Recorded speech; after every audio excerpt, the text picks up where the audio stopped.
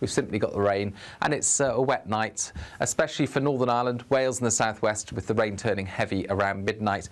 A fresh breeze, and because of the cloud, as well as the rain and the wind, it's going to be a mild night, much milder compared with recent nights, temperatures of 11 or 12 Celsius first thing Tuesday. The one place where it will stay dry through the night is Shetland, Orkney, Caithness, parts of Aberdeenshire, where we begin the day with a keen breeze, 9 degrees, and cloudy but mostly dry. It's damp for the rest of Scotland, rain on and off, nothing particularly heavy away from the southwest of Scotland. Soon enough, showers following the rain for Northern Ireland, and more especially for Wales and the southwest, though it's a damp start to the day for eastern and northern England. In between, something a little drier for the Midlands into central southern England for a couple of hours through the morning, but these showers move in and they're going to be frequently arriving from the southwest through the day. Heavy at times, prolonged as well, where these showers merge together. In between some sunshine, yes, and it will feel a little less cold compared with the last few days, 18 or 19 Celsius in the south and southeast. Wednesday starts off showery again, a lot of cloud out there, but it's a mild start to the day, and through the day we'll start to see the winds change direction. They'll push a lot of the showers through, but we can expect also that change in wind direction to bring higher temperatures through Wednesday, Thursday and into Friday, peaking into the mid to high 20s later this week. Expect warm spells with the odd rude interruption. Box Boilers sponsors the weather on GB News. There's a totally tax-free £76,543.21 in cash to be won. Cash to spend on anything you like. That's like having over £6,000 extra to spend each month for a whole year. You could spend it on a bucket list holiday, treats for all of the family, or just save it for a rainy day. For a chance to win, text cash to 63225. One entry costs £2.50 plus one standard network rate message, or text bonus to 63225. 5 entries cost £5 plus one standard network rate message. Go to gbnews.com/win. Entries start at £2.50. Call 0903 686 3232. Calls cost £2.50 plus your network access charge. Or post your name and number to GB21 PO Box 8690 Derby DE1 9TT. UK only. Entrance must be 18 or over. Lines close at 4 p.m. on the 26th of June. This is a network giveaway. Entries will be pooled. Please check the closing time if listening or watching on demand. Westminster, the ultimate clique. And you're fighting like rats in a sack. But here on the Camilla Tominey Show, we ask the questions the establishment media is too scared to ask. OK, let me ask you a straight question, because I know you're a straight-talking politician. Whether it's net zero, illegal immigration or law and order, nothing is off limits. You had the power then.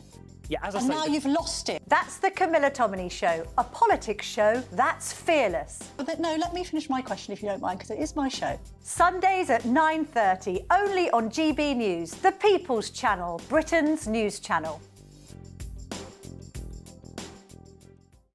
Exciting news. Every Friday, my Patrick Christie's Tonight Show is going to have a twist to it. We're welcoming some special guests. You. That's right, on Fridays I'm going to be doing my show in front of a live studio audience, because this show is about you and what you have to say. It's going to be the same big debates, same big topics, same big opinions, but every Friday night at 9 p.m. you are invited to come on down to Patrick Christie's Tonight to be a part of the action. Only on GB News, the People's Channel, Britain's news channel. As soon as it hits 11 and the headlines come in, Late Edition brings you the breaking news from all the front pages. because the news is going to happen. So get a head start today. Patrick Christie's Tonight, Late Edition. Alex Armstrong Tonight, Late Edition. From 11 o'clock every night. Only on GB News, the People's Channel, Britain's news channel.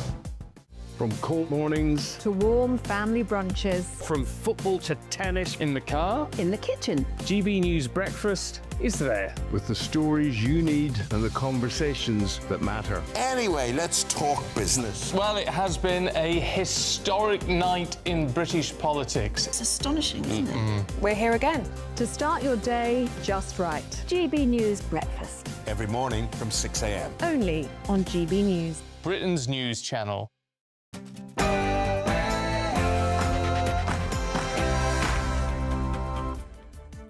A very good evening to you. You're watching State of the Nation on GB News with me, Tom Harwood, standing in for the transcendent Sir Jacob Rees-Mogg.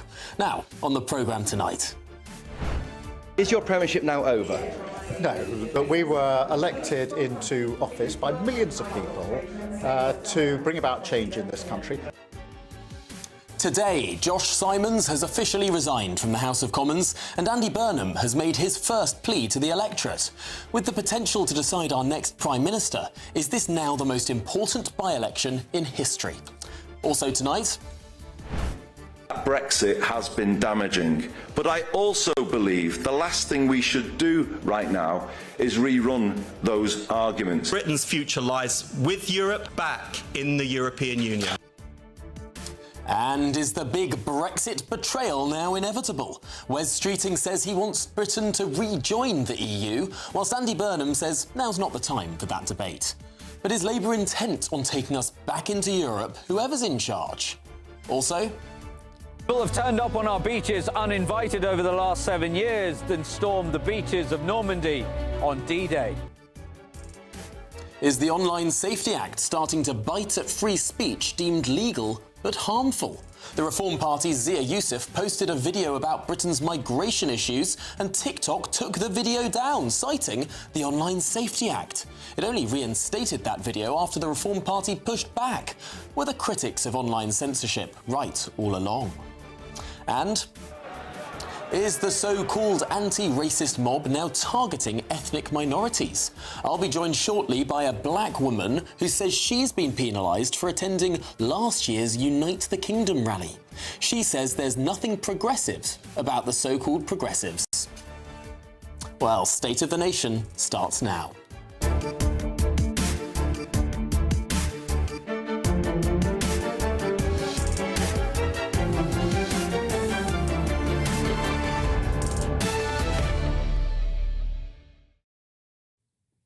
And throughout, I'll also be joined by my most penetrating, percipient panel, the former Conservative MP and Minister Lord Redwood, and the former Labour MP Stephen Pound.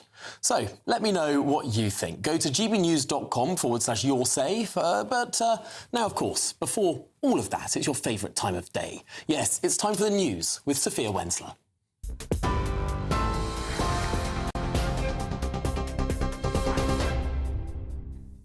Tom, thank you and good evening. It's just gone 8 o'clock. These are your headlines. Sir Keir Starmer has rejected calls to set out a timetable to stand down and insisted his premiership is not over. I do want to fight the next election.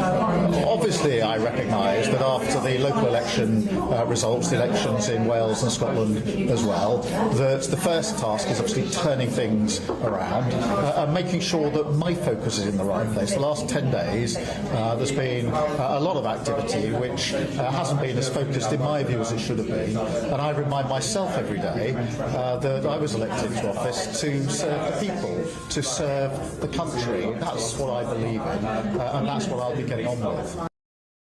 It comes after his potential leadership challenger, Andy Burnham, said a vote for him would be a vote to change Labour because Labour needs to change. Speaking at the Great North Investment Summit, the Mayor of Greater Manchester said that Makerfield is no ordinary by-election and that Britain has been on the wrong path for 40 years. Meanwhile, on the topic of Brexit, he said it's been damaging, but he's not in favour of rejoining the European Union. Instead, he said it is time politics brings people back together. The IMF has upgraded its forecast for the UK's growth this year, but warned the Iran war and domestic uncertainty could hit the economy. The growth estimate has been upgraded to 1% from 0.8% for 2026. The organisation said the UK remained resilient, but added the ongoing conflict in the Middle East risked hitting growth and resulting in higher energy and food prices. Sticking with Iran, oil prices have climbed today after the US president issued a fresh threat to Tehran, saying the clock is ticking and Iran better get moving fast or there won't be anything left of them. Police are understood to be searching for suspects behind a physical attack on a Jewish man, which allegedly took place in Golders Green in the early hours of this morning. Officers were called around 2 a.m. following reports that a Jewish man had been assaulted by a number of men outside a property on The Grove. There are some reports describing the attackers as 5 masked men speaking Arabic. Police are treating the incident, which left the victim with cuts and bruises to his face and body, as an anti-Semitic hate crime. US health officials have announced steps aimed at reducing the risk of Ebola in the United States. It comes amid international concerns over a new outbreak in the Democratic Republic of Congo and Uganda. The World Health Organization says more than 300 suspected cases and 88 deaths have been reported, the majority in the DRC. There is currently no vaccine for this strain of the virus, which is thought to have a fatality rate of 50%. The US will now screen and monitor travellers who have departed from or were present in affected countries in the past 21 days. Channel 4 have removed all previous seasons of Married at First Sight UK from its streaming platforms after very serious allegations. The BBC reported that 2 women said they were raped during filming of the dating show, while a third described an allegation of a non-consensual sex act. The men accused of the sex attacks deny all the allegations against them, set to be broadcast in the Panorama documentary tonight.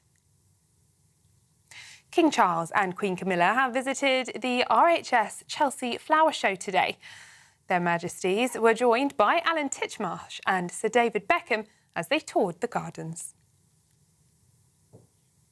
Those are the latest GB News headlines. Now it's back to Tom.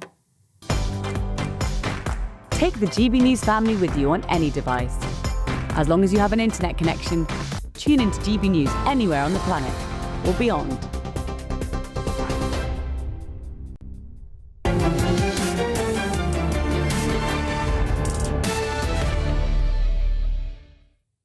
Very good evening to you. Welcome back to Jacob Rees-Mogg's State of the Nation. Now, the more perceptive among you might have realised that I'm not Sir Jacob Rees-Mogg. No, you're lumbered with me, Tom Harwood, this evening.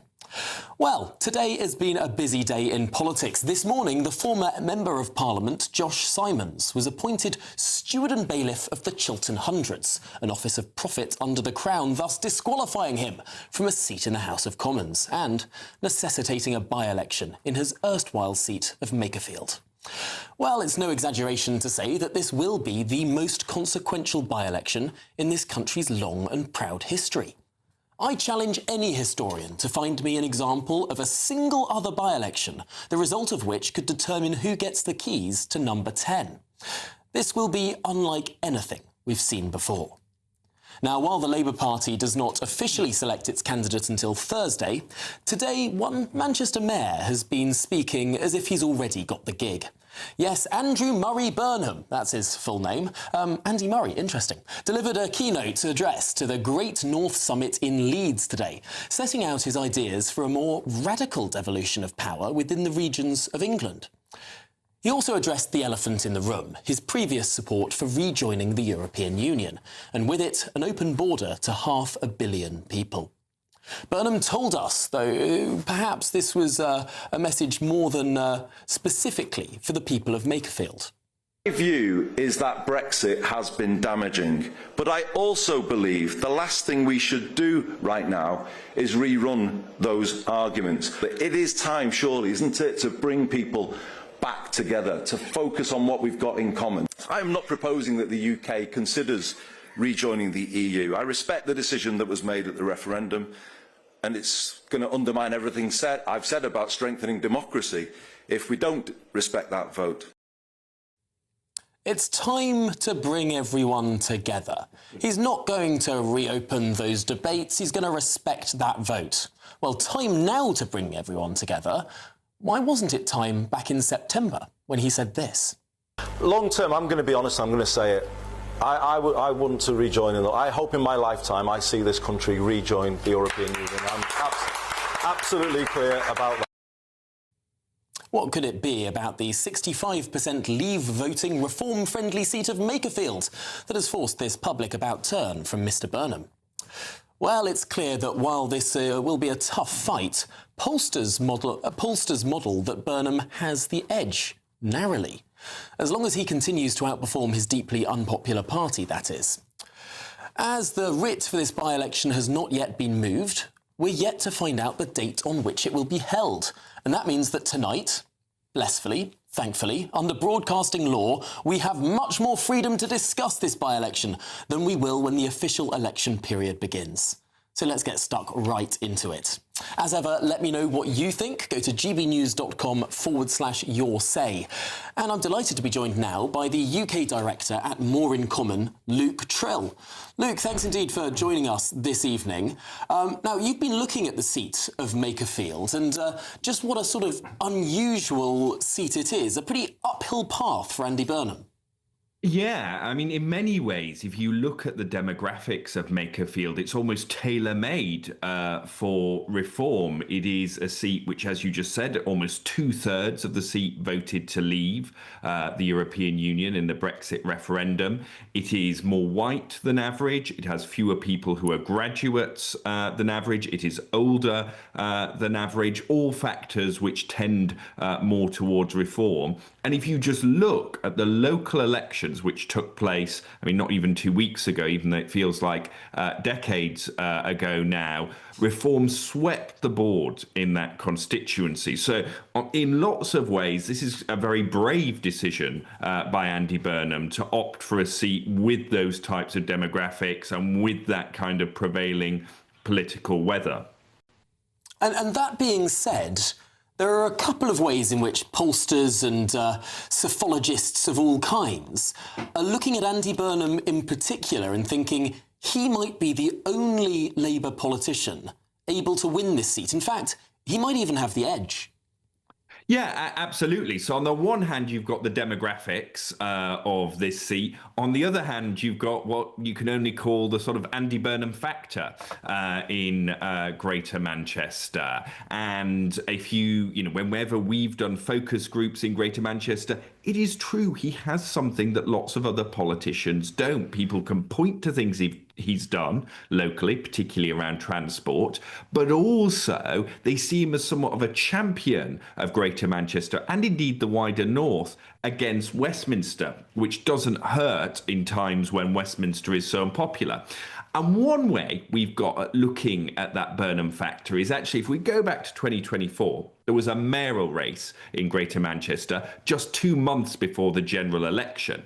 And in Wigan, where Makerfield is, where the seat is, Andy Burnham's mayoral performance outperformed what the Labour Party went to get on in the general election by almost 20 points.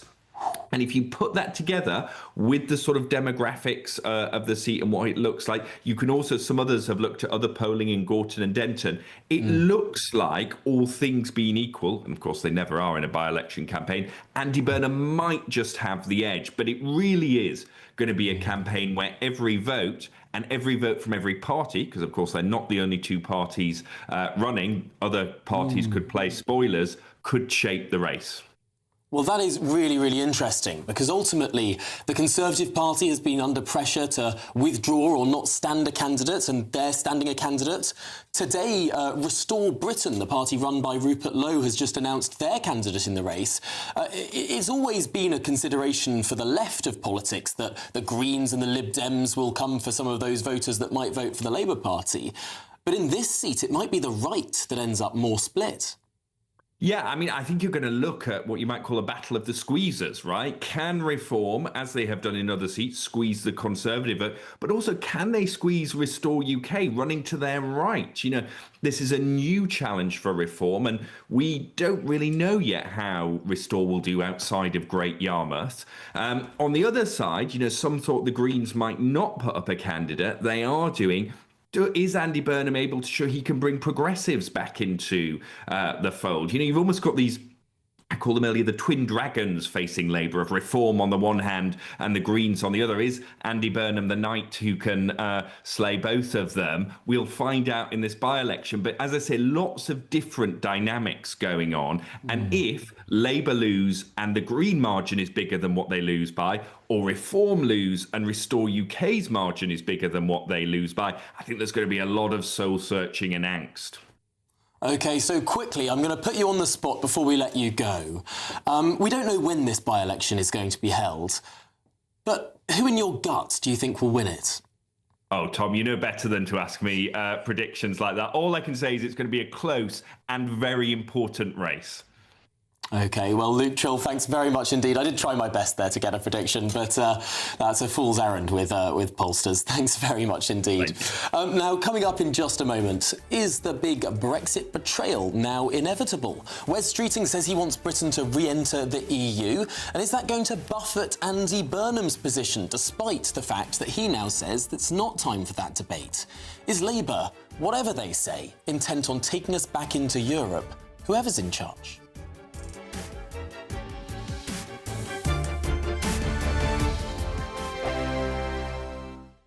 Britain deserves a newsroom that puts the facts and your voice first. Well, and that's what you get on GB News. Lively debates, lively conversation. And we're not afraid to hold power to account. And each other. So join me, Andrew Pearce. And me, Miriam Gates, for Britain's Newsroom, weekdays from 9:30 on GB News. Bold. They are under no illusion. Ray. Are you a human trafficker? Boundless. I've had enough of the nonsense, and I'm not afraid to say it.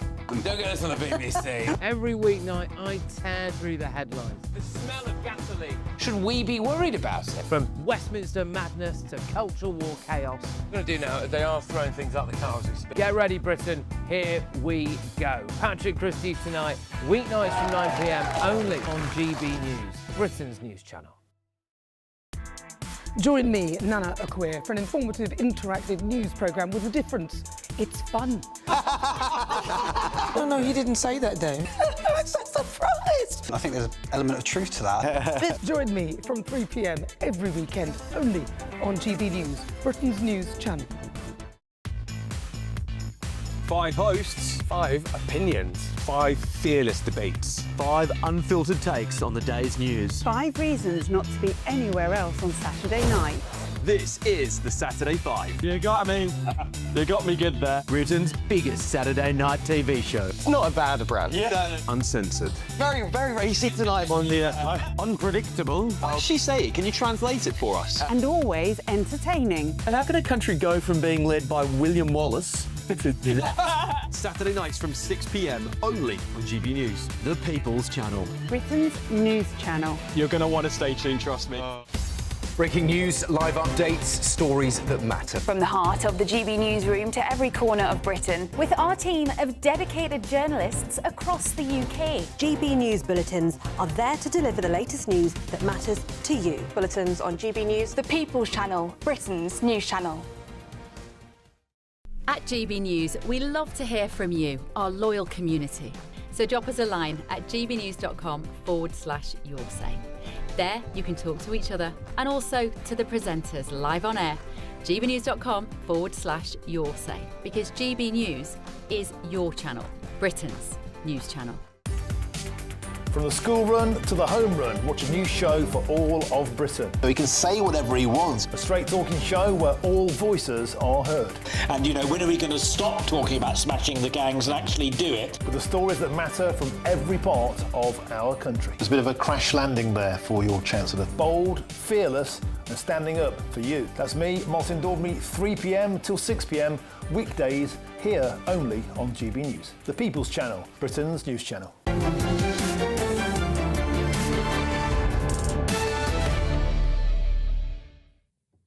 Good afternoon, Britain, or indeed that's not this programme. No, this is State of the Nation.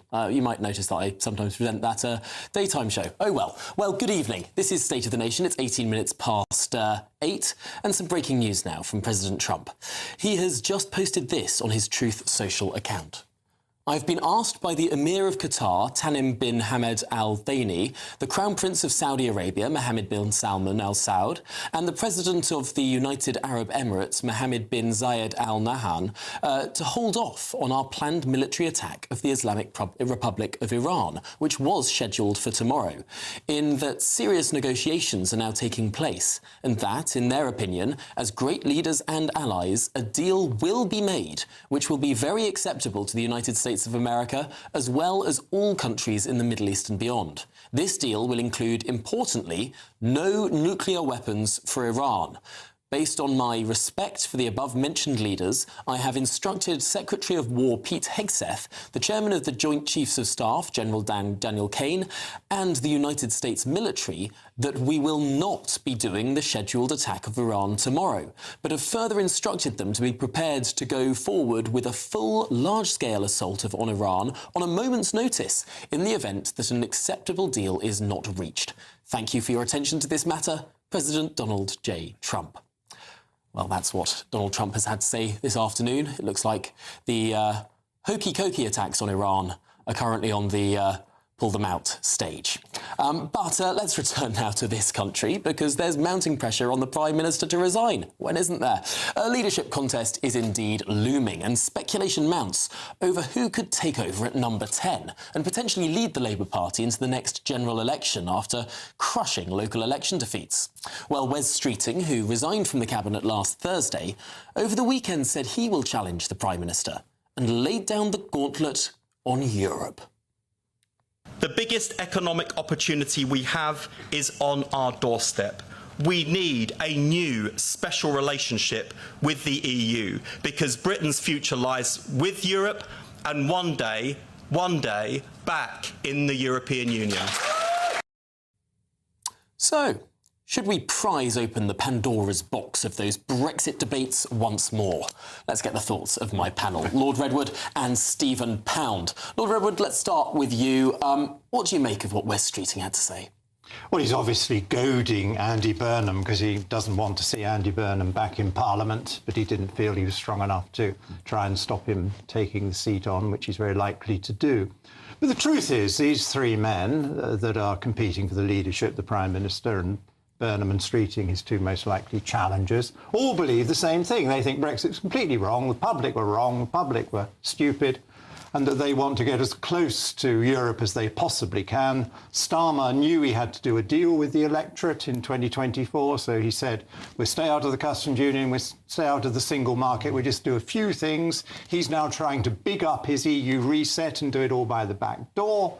We've got Burnham, who's always been very pro-European, now saying, oh, well, for a few weeks I'll play it down because I want to win a by-election. I bet you do. But isn't that cynical? Why should anybody trust a man who doesn't speak about his beliefs? And then you've got Wes Streeting, who's strengthening his belief in Europe to wind up his opponent. They're playing stupid political games with the future of our nation.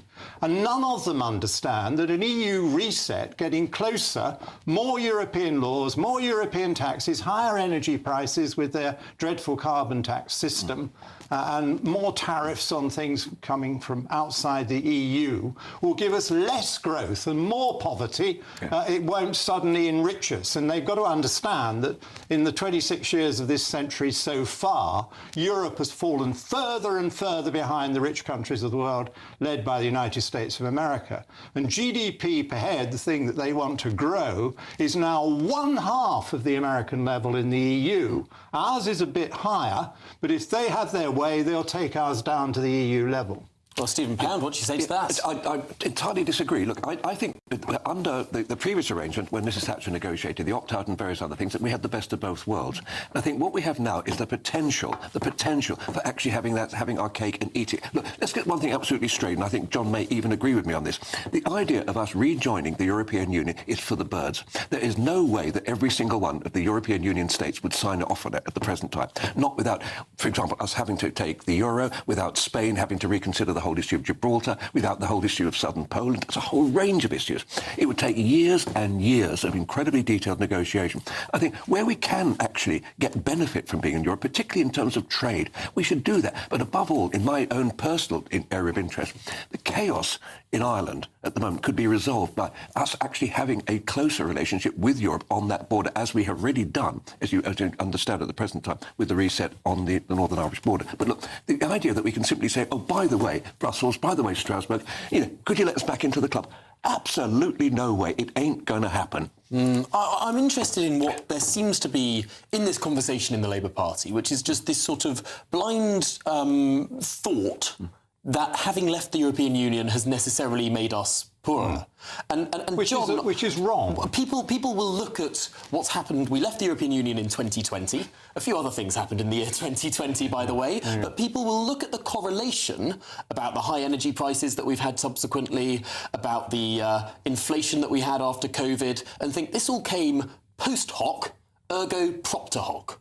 Well, I don't think most people are that silly. I think a lot of the Labour politicians are. But if you look at the graphs, as you've done, there is no extra fall in activity in Britain over the COVID period because of the Brexit exit, and we have a similar recovery. So that the period as a whole, we're just slightly ahead of the main European countries, whereas if we'd actually had a 4% fall, you would see minus 4% compared with France and Germany for the UK, which doesn't exist. And they had the same inflation. And by the same reasons, their bank and our bank printed too much money, and then you had the energy prices going up on the back of that. So it was a major central banking error on both sides of the channel, and it was obviously the Putin invasion. But remember, the inflation in Britain was 3 times target before Putin invaded. So there was a central banking big error, both sides of the channel, in response to COVID, and then there was the Putin invasion. And yet there is perhaps a pervasive thought in this country that after we left the European Union, we did have the quote-unquote plague of locusts in the form of COVID. We did have the energy price issues in the form of the war in Ukraine. And all of this gets sort of muddled together in the public mind. As well. Yes, but people don't necessarily know that COVID started in Europe before it reached us. Absolutely. Well, I think it possibly started in China. Right. But of course, as you say, Germany has had an absolutely torrid time. They've been in recession for most of the last 3 years. Their industrial base has completely collapsed due to energy prices. I mean, France has had a really bad time. I mean, France has cycled through prime ministers faster than we have. And yet, people don't necessarily look to the chaos on the continent. They just look at what's on their front doorstep and think there has been chaos in this country. And this happened after Brexit. So is there actually a thing that Brexiteers have to contend with here that is a widespread misunderstanding that there is a perception that Brexit caused some of this chaos? Well, some people think that, but there is clearly a problem that Brexit didn't deliver a much better outcome, and that is because we had a British establishment fighting us every inch of the way and not using the freedoms and the advantages that Brexit offered, although we've got some benefits out of it. And the amount of money put on the side of the bus to go to the health service, we got more than that as a result of withdrawing, and we put even more than that into the health service. That didn't always buy all the extra health care we wanted, but the money certainly arrived. I looked at the money, if we went back in, the money would be when you subtracted the rebate. We would need to find. I looked at the money, actually, and it's not £350 million a week extra that went to the NHS. No, now it's £1 billion a week extra that is going to the NHS. The NHS has had £52 billion more not every an year. awful lot of sign-up. But look, let's set a couple of things straight about Europe. At the moment, we're in a completely unprecedented territory. I don't agree that there was a plague of frogs and locusts suddenly appeared because we left the European Union. But because someone ate a bat. Indeed. The reality is, with the withdrawal of the United States from NATO, the whole recalibration of Europe in terms of global safety and security, we have to look to our neighbours around. And like it or not, we are part of the European continental shelf. We should actually be working with Europe, as we are with Poland, with Lithuania, with Latvia. We're doing joint military exercises. Now, whether that is rejoining the European Union... That's called NATO. We belong to that. That's a different matter. Well, some countries do, some countries don't. But I think the reality is that we have to actually start working with the people who care for us at this side of the world. Because like it or not, we're talking about big power blocks now. We're talking about Russia, China, India and the United States.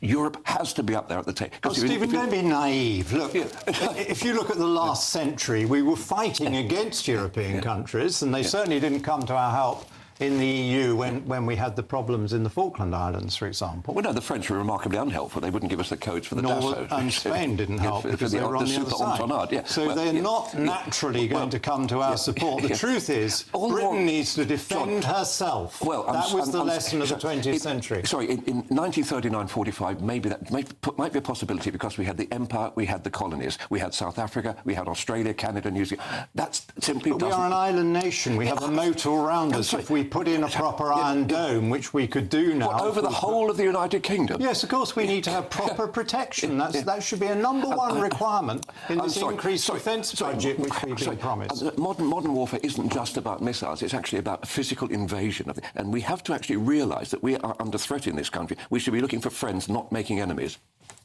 Well, on that note, this is an incredibly broad array of discussions, and I wonder, we've captioned this this topic, banging on about Brexit, because I wonder if there is actually a risk here for the right as well as for the left, that if a party brings up the spectre of Brexit, in the minds of people it's associated with the most tormented time in our politics, where nothing could be agreed and we had sclerosis and stasis across our politics and a hung parliament of disastrous consequence.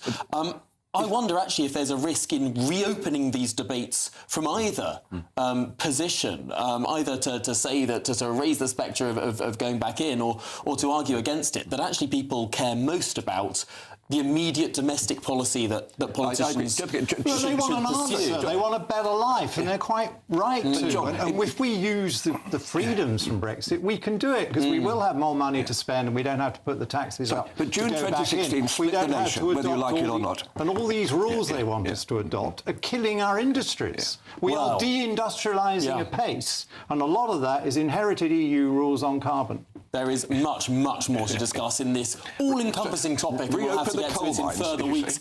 But thank you, big thank you to my panel. Coming up in just a moment. Makerfield. Is the Online Safety Act starting to bite free speech, deemed legal but harmful? Reform's Zia Youssef posted a video about Britain's migration issues. TikTok took the video down, citing the Online Safety Act, and only reinstated it after Reform officially pushed back. Were the critics of online censorship right all along?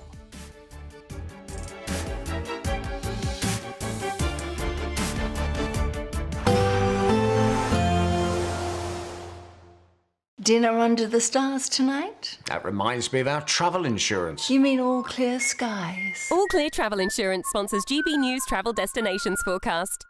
Hello, we've got some rain affecting France as we go through Tuesday, warm in the sunshine elsewhere with a few showers. There is a bit more cloud across the Canary Islands and across Madeira, best of the sunshine across Portugal and Spain.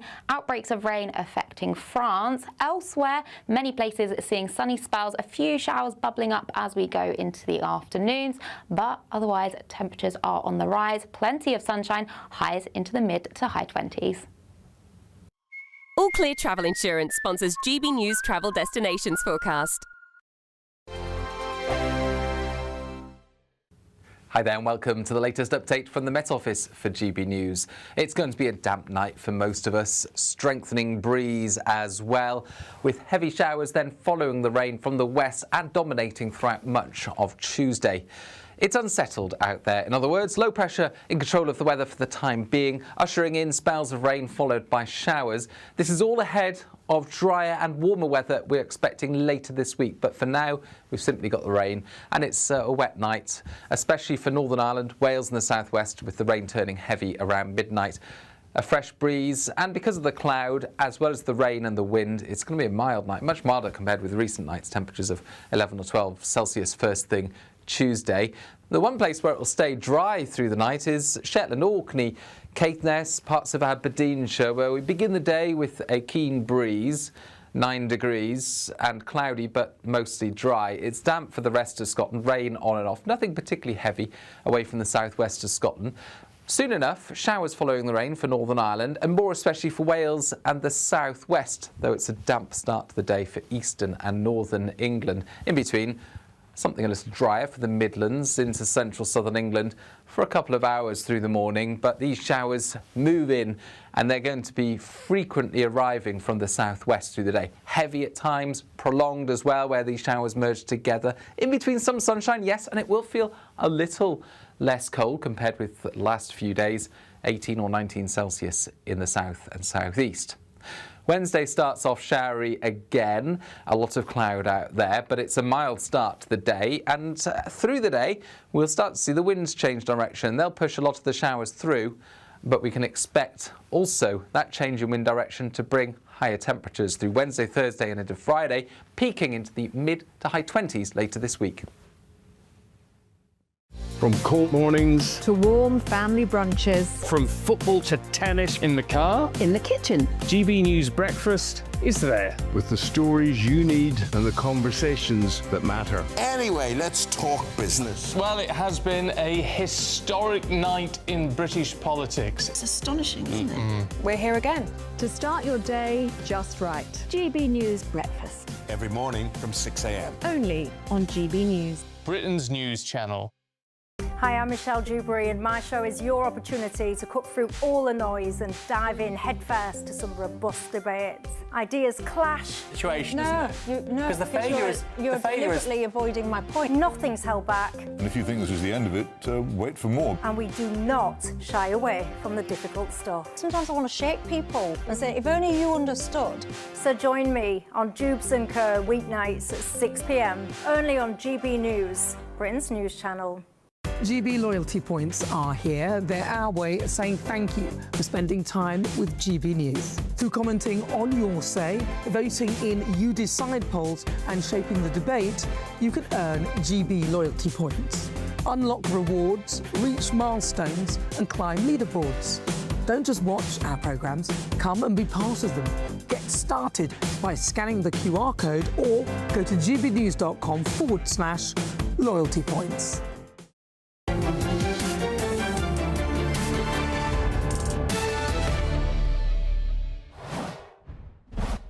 Welcome back. Good evening. Some concerning breaking news to bring you now. There are reports of an active shooter at an Islamic center in California. The San Diego mayor has posted on Twitter, "I'm aware of the active shooter situation at the Islamic Center of San Diego in Claremont, and I'm continuing to receive updates from law enforcement. Emergency personnel are on the scene and actively working to protect the community and secure the area." So just to repeat, that's an active shooter situation at the Islamic Center of San Diego in Claremont in California. We're going to turn back to this country now, because a few weeks ago, the Reform Party's Home Affairs spokesman, Zia Youssef, caused controversy after posting a video about the levels of uncontrolled migration to Britain. Here's an insane stat for you. 1 in every 25 people wandering around in Britain arrived in the last 5 years. Britain has been overwhelmed by immigration, both legal and illegal. More people have turned up on our beaches uninvited over the last 7 years than stormed the beaches of Normandy on D-Day. And when they arrive illegally, they get free accommodation, free healthcare, free taxis, free leisure activities costing billions of pounds a year, all funded by you, the British taxpayer. Well, even more astonishing than the facts in that video was this fact. TikTok removed the video and another, stating this video is unavailable in the United Kingdom. We've taken this decision in response to a report under the United Kingdom's Online Safety Act. Well, then late this afternoon, after pushback from the Reform Party, TikTok issued this statement. These videos have been reinstated following a swift review that found they were removed or restricted in error. We make it easy for users to appeal moderation decisions in-app, and we reinstate content where errors in moderation are found. To comply with regional regulatory frameworks, including the UK's Online Safety Act, TikTok provides dedicated reporting channels for users to report content they believe to be illegal. Well, Zia Youssef and Reform may have succeeded in having their content reinstated on TikTok. But would the average person have such influence to push back on large companies when their freedom of expression is compromised in this way? Well, I'm delighted to be joined now by the founder of the Free Speech Union, Lord Toby Young. Lord Young, thanks indeed for joining us this evening. I mean, this is surely an inevitable consequence of an act that promises such severe draconian punishments for firms, whether it's billions of pounds in fines or imprisonment for executives. They're going to err on the side of taking things down. Yes, I think that's right, Tom. And when the Online Safety Act was being debated, the Free Speech Union and other free speech campaigners made that point. And I think we were successful in persuading the then Conservative government to include various safeguards in the Online Safety Bill to guard against over-removal. And two of those safeguards are that social media companies are supposed to have due regard for free speech when it comes to journalistic content and content of democratic importance. So there are these keep-up duties in the Act, as well as the takedown duties we're all familiar with. But even though the Online Safety Act was received royal assent 3 years ago, those keep-up duties, those particular keep-up duties, haven't yet been activated.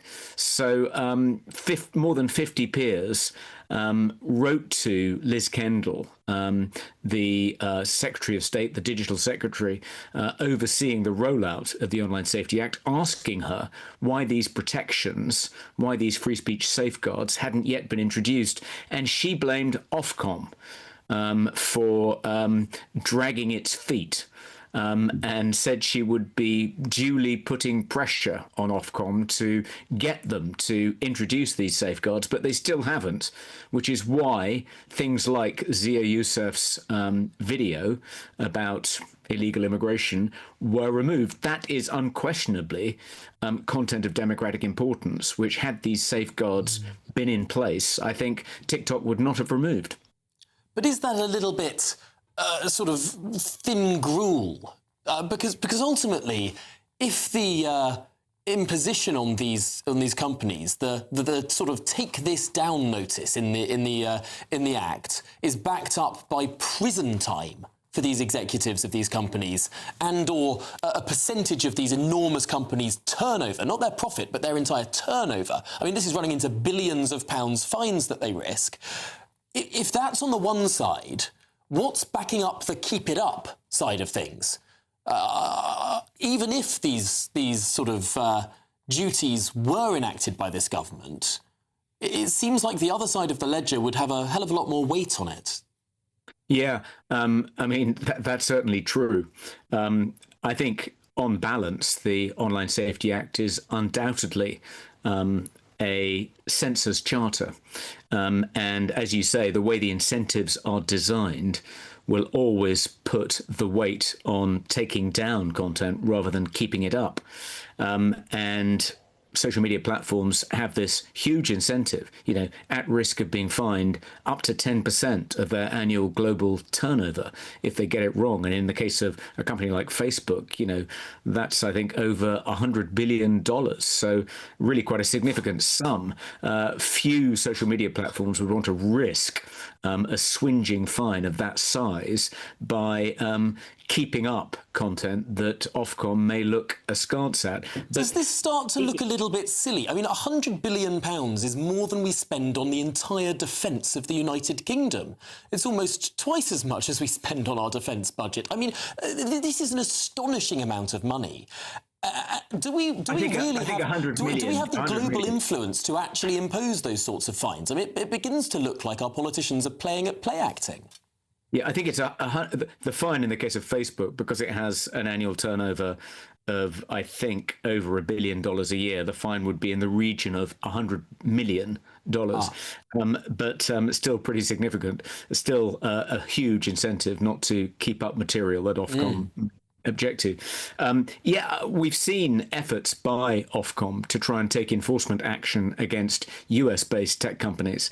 And one of the members of the Free Speech Union's Legal Advisory Council, Preston Byrne, who's a dual UK-US national, is acting for a number of US tech-based companies, resisting attempts by Ofcom to fine them for not complying with the Online Safety Act and saying, we have a First Amendment in this country, and that protects companies like this, and you're overreaching. You're invading our jurisdiction, and if you want to enforce these fines, go ahead and invade the United States. But short of that, we're not going to pay. So there's sort of an impasse has been reached between the US and the UK on this issue. I'm pretty sure I know which side Donald Trump comes down on. But yeah, you're right. It's overreach. It's ludicrously ambitious, I think, on the part of Ofcom to imagine that they can impose these massive fines on US tech companies for not complying with what is a British law. It is really, really interesting to me that politicians, or at least some politicians who voted through this Act of Parliament, didn't anticipate that it would be overinterpreted, that all of the impetus upon these companies would be to look to go beyond the terms of the regulation itself, just to have a bit of a safety barrier, and that they would be over-censoring and taking down more content than the Act would actually even legally say that they should. It seems strange to me that the government didn't anticipate these sorts of incidents, whether it's videos from Zia Yusuf or a speech given by Katie Lamb in Parliament, the Shadow Home Office Minister. I mean, really quite shocking stuff. But Lord Young, thanks indeed for joining us and talking through this shocking incident. Now, responding to this, a Department for Science, Innovation and Technology spokesman said this: "The decision to remove content is made by platforms independently. The Online Safety Act is designed to keep children safe online, protecting them from harmful content, and not censor political debate. It doesn't enable platforms to arbitrarily remove content, and tech firms have a duty to uphold freedom of expression." That's what the government has to say. Well, coming up in just a moment, we're going to have more panel debate on Labour's political psychodrama in Makerfield. Can Keir Starmer survive the summer?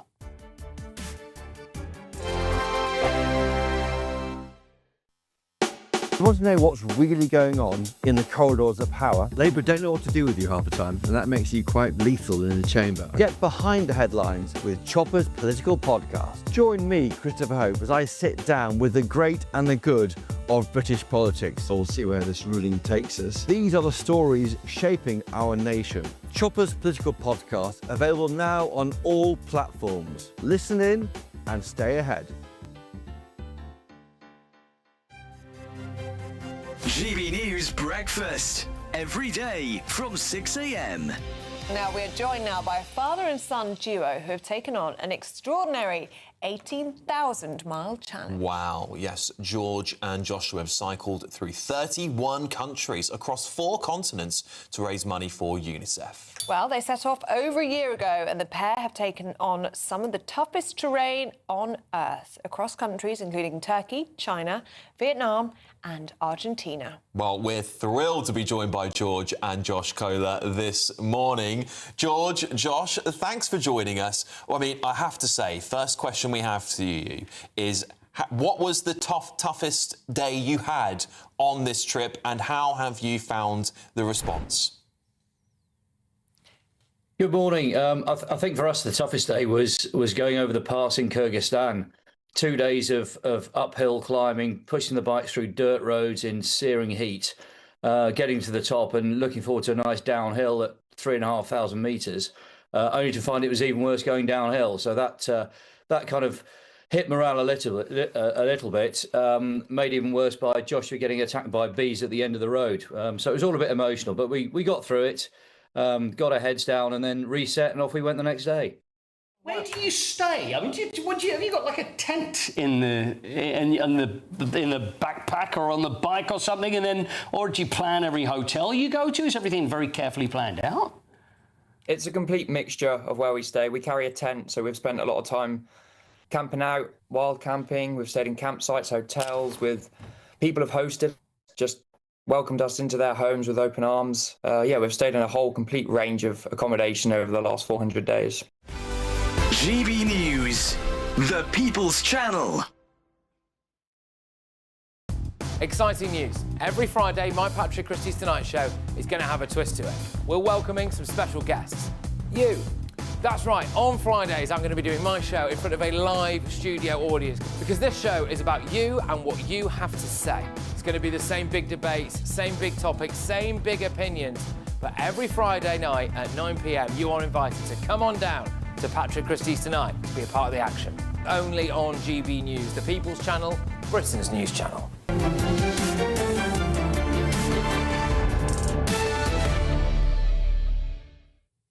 Good evening, it's now 12 minutes to 9 o'clock, and my next guest is a black woman who went viral after attending the Unite the Kingdom rally last year. She says she's been penalised and attacked for her attendance of the rally and has even lost her job. Well, I'm joined now by the internet personality and political activist known online as Free Thinker Hannah. Hannah, thanks indeed for joining us. What's your story? So what happened to me last year is I attended Unite the Kingdom. I just went into the rally. I was persuaded to go, that it wasn't a racist rally. And I went in, saw everybody having a good time, just enjoying the weather, singing Sweet Caroline, like that's all it was.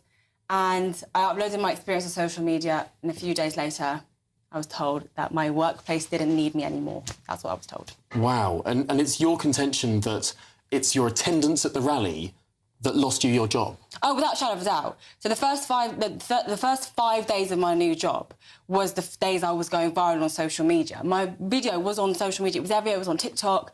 It was on Instagram. It was on Sky News Australia. It went everywhere. And so I just knew without a shadow of a doubt that's what it was. Because when I went back to the workplace to pick up a jacket I left there, everyone went cold turkey on me. All these people I was talking to, having a laugh with 5 days, acted like they didn't even know me. A gate was shut in my face. Like, they didn't want to talk to me anymore. And I said, I thought it was just because of a budgetary cut. They told me it's because of a budgetary cut.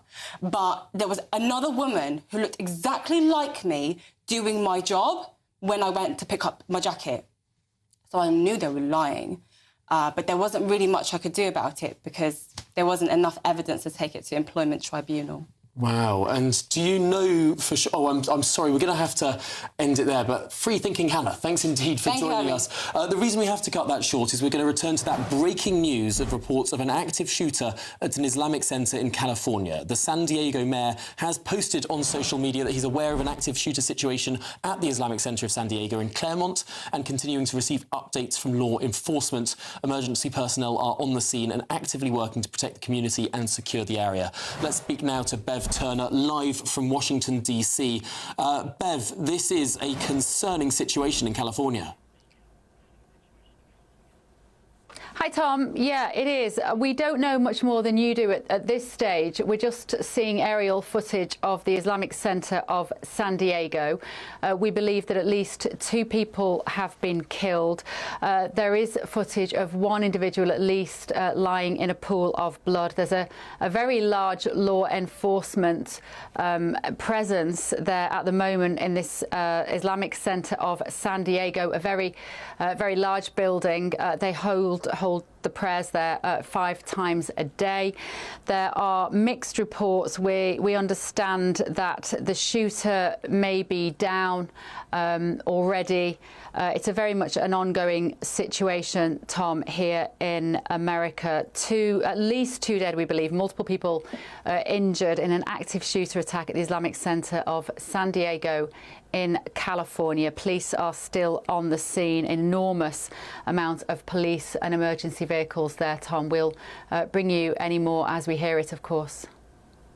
Well, it does sound like it's a hugely serious situation with, as you say, an enormously large response there. I mean, from the video of the incident that you've seen, what can you tell us about the police response, presumably armed? All armed response, Tom, which is obviously normal here in America. A huge number of police vehicles. The traffic backed up for what looks like many metres from the building, maybe as much as possibly as half a kilometre away from the building. We're seeing lots of armed police there. We understand this happened at about midday in San Diego. So maybe as much as 50 minutes ago now here. There's a time difference, obviously, between San Diego and where I am here in Washington, D.C. In Claremont, Mesa is the area. Live helicopter views at the moment are showing an area that appears to still be in some chaos, still ongoing. Mixed reports that the shooter is down, basically, is what we understand. But at least 2 people killed and more injured. It does sound incredibly concerning because sometimes when these incidents happen, it's just not known how many people have been injured or even killed until much, much later, until a secure perimeter has been set up, until law enforcement have swept the entire scene. I mean, it would be wrong, really, to speculate about the causes of why this might have happened. But, of course, there have been high tensions in the United States, religious and racial tensions. Absolutely. We saw the shooting not that many weeks ago now, which was at a synagogue. Obviously, this has echoes of that. It's slightly more unusual for a mosque to be targeted. Synagogues, we've seen more commonly the target of these sort of attacks in recent times. As we say, we believe that at least 2 people have been killed. Huge police presence online. Obviously, we're looking at some of the pictures here that we've managed to see online at the moment. I'm just waiting to see if we have any more updates about this. Yes, because I've seen Bev, the video that you described at the start of this conversation of someone horrifically lying in a very large pool of blood that we've decided not to show on television. Of course, it is a very, very distressing and graphic piece of film, and does suggest the enormous amount of violence that has taken place. Yeah, absolutely. I mean, we're looking at the. I'm just looking here at what we might know. All I can tell you, a huge police presence at the moment is around the Islamic Center of San Diego. At least 2 people killed and injured. People are being told to avoid the area at the moment. It's very difficult to know whether this is ongoing. I'm reading, I'm just looking at some of the news lines coming out of San Diego here. Shooter opened fire at 12 p.m. At least 2 bodies seen outside. Police report multiple injured. Status of the suspect still unknown. This is the latest from a minute ago. Heavily armed police on the scene. Huge numbers of vehicles. Sorry, Bev, I know there's a bit of a delay on the line. Thank you very much indeed for bringing us the very latest there. Of course, it is a developing situation and we're learning more about it all the time. Really concerning that those 2 deceased individuals appear to be outside the centre. There could be more destruction inside. But for now, Bev Turner, thanks indeed for joining us. And thank you. On that slightly sour note, I'm afraid that's all that we have time for here on State of the Nation. Up next, it's Patrick Christie's. Patrick, what's coming up? Left off there in terms of that ongoing incident at that Islamic Centre in San Diego. Closer to home, we're also going to be looking at Andy Burnham and the Makerfield by-election. It's definitely hotting up there. Are we now going to see basically rejoin the EU on the next Labour Party manifesto? It certainly looks that way. We are going to be having a little look at the contrasting events that took place at those 2 rallies at the weekend. You had the Nakba rally. Of course, you had the Unite the Kingdom march as well. And David Lammy's response there, opening up new court places for people. So he can open up new court spaces for people who might want to go to the Unite the Kingdom march, but not for rape victims who've been waiting years to have their day in court. I think that's quite interesting. And there's been a big investigation into how dodgy vape and phone shops are actually helping fund the illegal migrant crisis.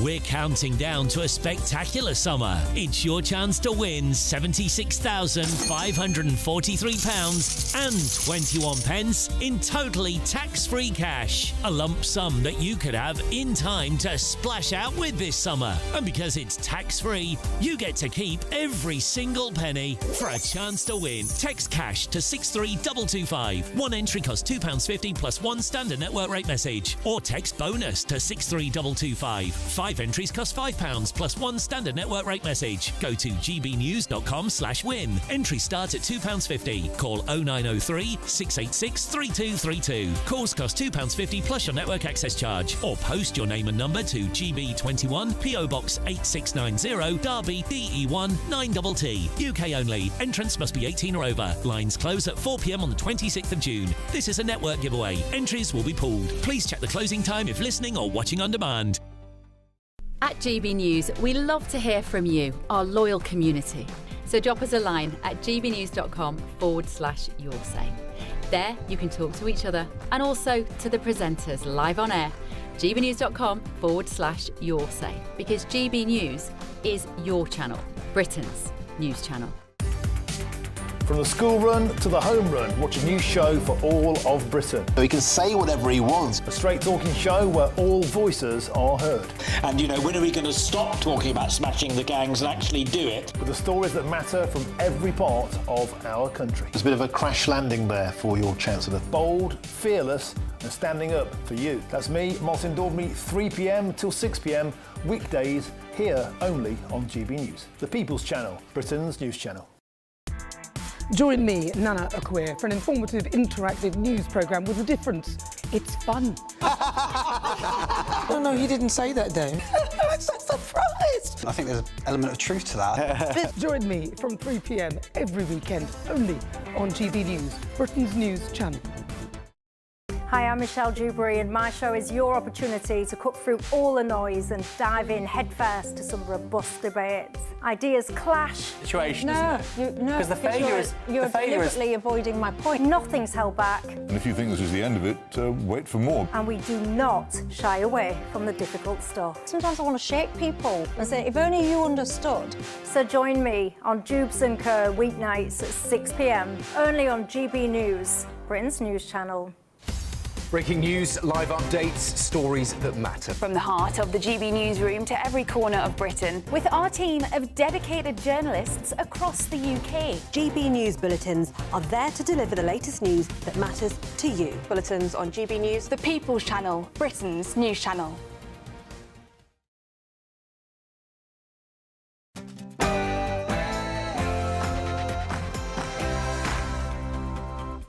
It's 9 p.m. I'm Patrick Christie's. Tonight.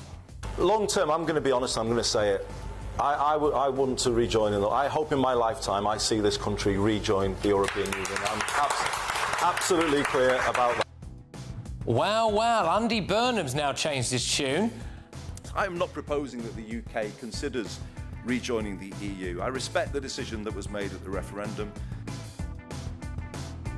The Makerfield by-election is hotting up. I've got all the latest info and I'm going to be joined by Reform UK's economic spokesperson, Robert Jenrick. Plus...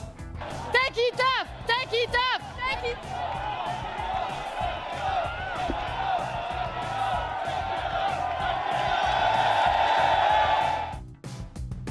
Well, people seemed a lot more annoyed about that at the Unite the Kingdom rally than this.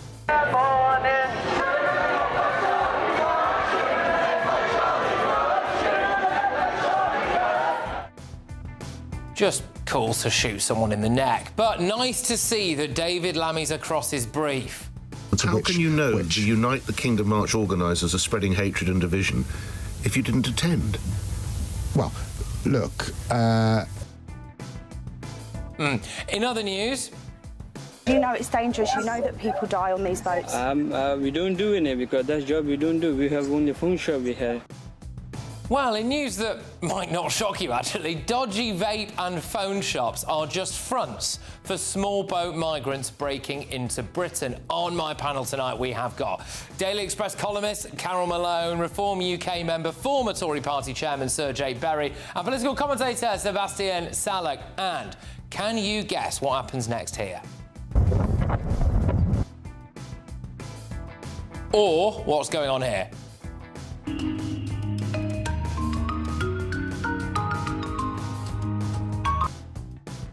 Get ready, Britain. Here we go.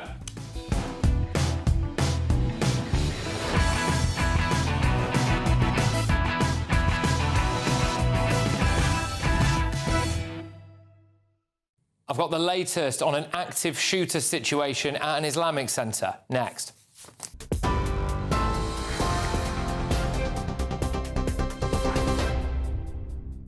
Good evening. Your headlines at 2 minutes past 9. Sir Keir Starmer has rejected calls to set out a timetable to stand down and has insisted his premiership is not over. I do want to fight the next election. Obviously, I recognise that after the local election results, the elections in Wales and Scotland as well, that the first task is obviously turning things around and making sure that my focus is in the right place. The last 10 days, there's been a lot of activity which hasn't been as focused, in my view, as it should have been. And I remind myself every day that I was elected to office to serve the people, to serve the country. That's what I believe in, and that's what I'll be getting on with. It comes after his potential leadership challenger, Andy Burnham, said a vote for him will be a vote to change Labour because Labour needs to change. Speaking at the Great North Investment Summit, the Mayor of Greater Manchester said that Makerfield is no ordinary by-election and that Britain has been on the wrong path for 40 years. Meanwhile, on the topic of Brexit, he said it's been damaging, but he's not in favour of rejoining the European Union. Instead, he said it is time politics brings people back together. Donald Trump says the US has called off strikes on Iran scheduled for tomorrow, but warned he could unleash a full large-scale assault at a moment's notice. Taking to Truth Social, the US president issued the warning in which he credited Middle Eastern leaders for requesting he hold off on another military assault as negotiations there continue. And staying in the US now to some breaking news. At least one person has reportedly been killed in what US police have been describing as an active shooter situation at the Islamic Center of San Diego. San Diego Police Department officials said they began receiving reports of the incident at around 11:40 a.m. at the mosque in Claremont Mesa. We will keep you updated on that story as we get it. Police are understood to be searching for suspects behind a physical attack on a Jewish man which allegedly took place in Golders Green in the early hours of this morning.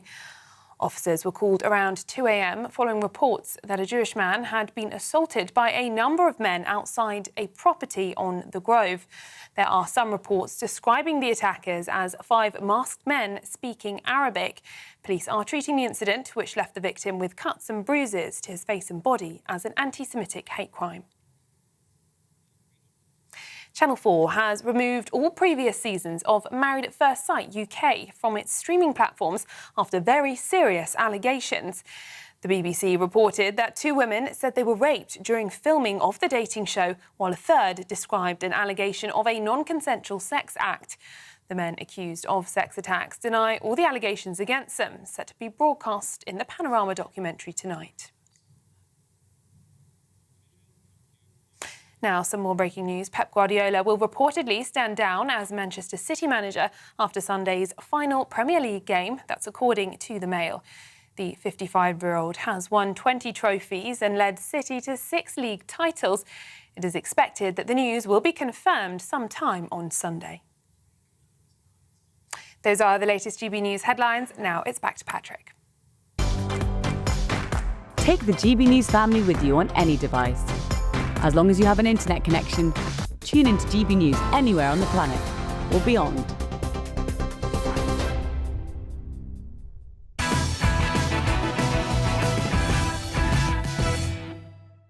Good evening, and some more breaking news for you now. There are reports of an active shooter at an Islamic center in California. What you're watching on your screens right now is a huge police presence that has swarmed to the scene. Initial reports suggest that 2 people are dead and multiple people are injured. And I believe that we might be able to take you to some live shots in a second as well. Yes, we can. There you go. So you're looking at live scenes here now from the Islamic Center in San Diego, and supposedly, yes, 2 people are dead. We don't know at the moment if that includes the shooter. There's also reports of multiple other people injured. Authorities say that the situation is still active but has been contained, and that's coming from the San Diego Police Department. And again, it's not entirely sure what that means. Active but contained. Possibly it means the fact that they are obviously all on the scene police-wise, and that they are working to discover exactly what the motive was and exactly what happened. It doesn't seem as though there is a frenzy of activity in terms of police officers and SWAT teams storming the Islamic Center, which might imply that the alleged suspect has been neutralised. But footage from local TV channel showed dozens of patrol cars on a highway bridge next to the Islamic Center. Now, we're just getting some reports through here as it happens. It's very much a fluid situation, this. But NBC in the States are reporting that 2 suspects have been shot dead.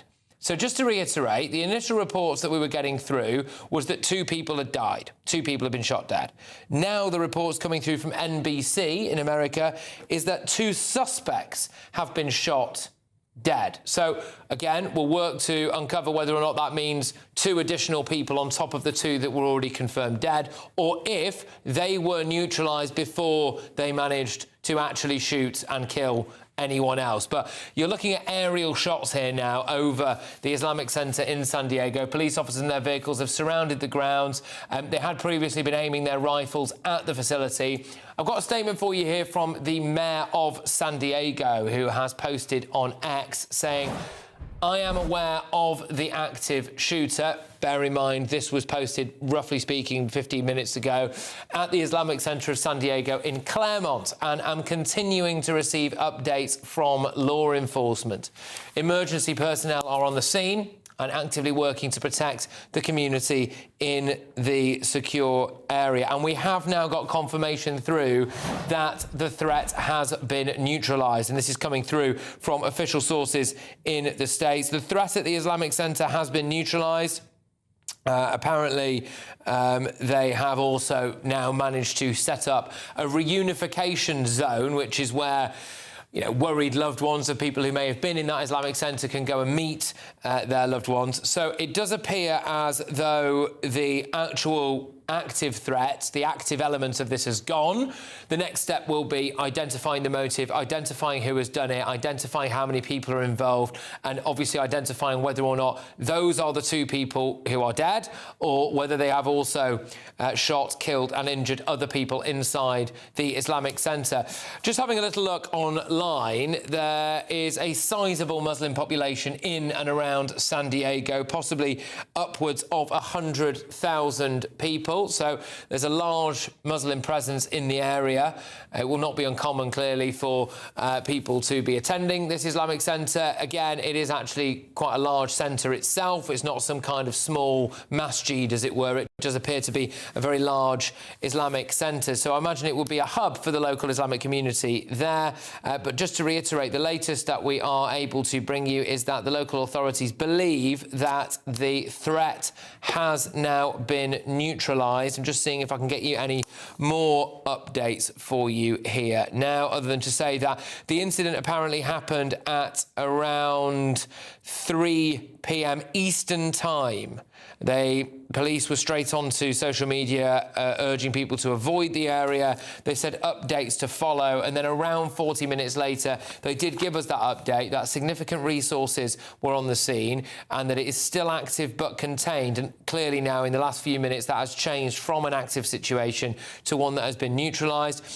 The location is roughly 9 miles north of San Diego's city centre. And I know to a lot of people one thing will be standing out. You can see a bit of it from these live shots, but probably when the helicopter was hovering more directly over the Islamic Center a few moments ago. In fact, we might be able to see it now as it pans out, but there was just what appears, I mean, it just seems like hundreds and hundreds of police officers. And whenever you see these kind of incidents in America, it's always absolutely staggering, the speed and the scale with which the authorities are able to respond.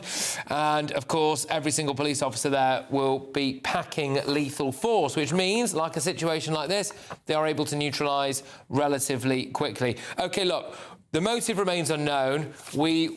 I would have thought we would get that relatively soon. They tend to be very, very quick in divulging that information stateside. So we'll get that to you as soon as we can. But we will come closer to home now and continue with the show as planned.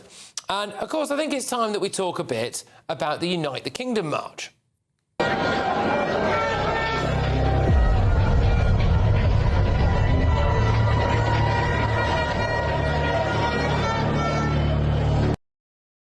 So the official numbers say that around 50,000 people attended. I did speak to quite a lot of people who were there who say they believe the true number was much higher. But yes, it's fair to say there was some controversial stuff. Take it off! Take it off! Take it.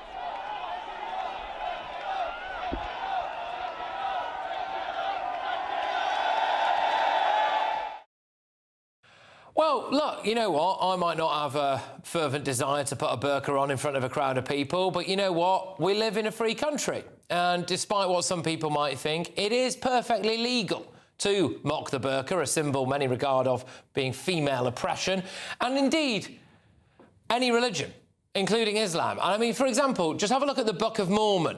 That's been playing on the West End now for over a decade. My name is Jesus Christ, from the house of the Father, Son, and the Holy Ghost. Yes, God! Oh, So, look, I can understand why people might have been a bit offended, but I'm afraid you are going to have to suck it up. You could go and live in one of the many Muslim countries if you wanted that banned. But it's interesting that some people on the left got very worked up about this.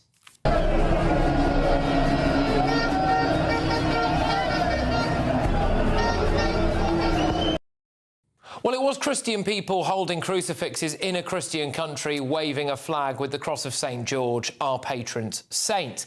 But they seem a lot less bothered about stuff like this from a previous pro-Palestine rally. If the West feels so sorry for the Israeli Zionists, why don't they give a place in Germany? Why don't you go to Hitler's back garden and make an occupation there? Then they will know what kind of people these are. Why every so many hundred years the Zionists get slaughtered? Because Hitler knew how to deal with these people.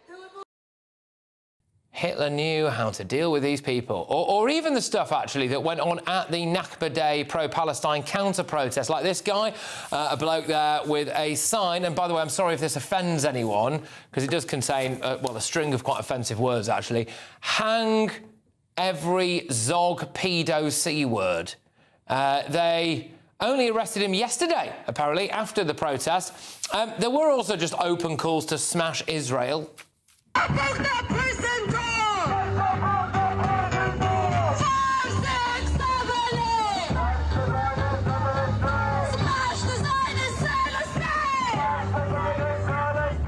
Or stuff like this from the former head of the RMT union, Steve Headley, swearing and appearing to call Jewish people baby killers. Kid killer, baby murderers, go off. Let's just leave it. Just do something about it. Come on. What's wrong with that little kids you can't kill? There were also just open praise for the Ayatollah.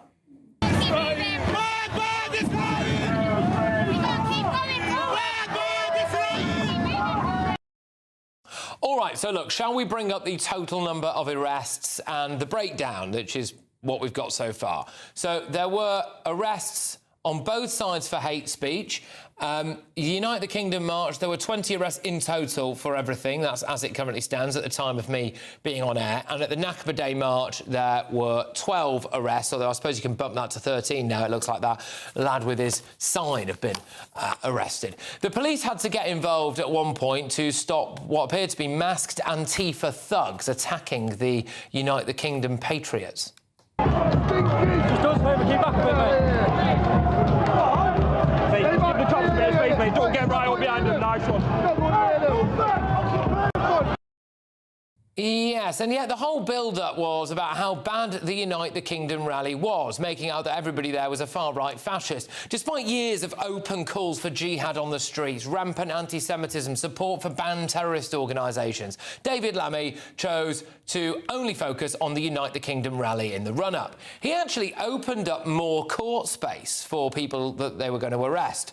Not for rape victims who've waited years for a trial, not for people who've been victims of knife offences, no, for people going to the Unite the Kingdom rally. And then, look at this today. The Justice Secretary and Deputy Prime Minister goes on national radio and he starts just lobbing stuff out there without even doing the most basic bit of research. I mean, I can't actually imagine how mind-bogglingly lazy you have to be to not even research the arrest figures and find out what side they came from.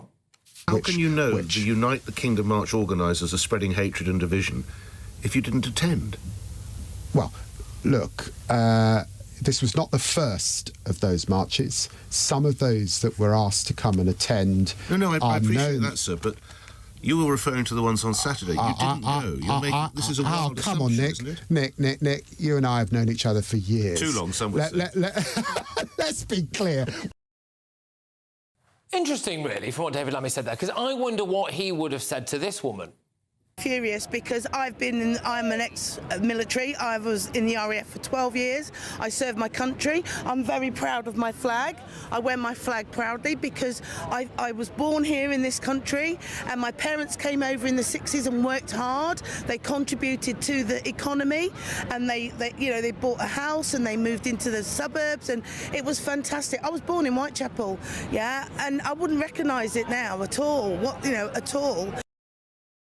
Well, if only our politicians spent as much time fixing the reasons why people are so frustrated as they do demonising the people who are. Let's get the thoughts of my panel this evening. Daily Express columnist Carol Malone, Reform UK member Sir Jake Berry and political commentator Sebastian Sally. Look, we're going to be a bit squeezed here because obviously we had that breaking news from the States. But Carol, I'll start with you. What's your kind of sense of what we saw at the weekend there from both sides on this Everyone protest? I know who was there, and I've spoken to quite a few people, they said it was a perfectly peaceful march. But what I thought was interesting at the weekend was that on the Unite March, there was no mass chants calling for the deaths to minorities, and yet that was the march that Starmer chose to pick out. Lammy then accused the Unite March of spreading hate and division. The only people doing that were the members of our own government, because they think anyone who is right-wing, they describe them as far-right.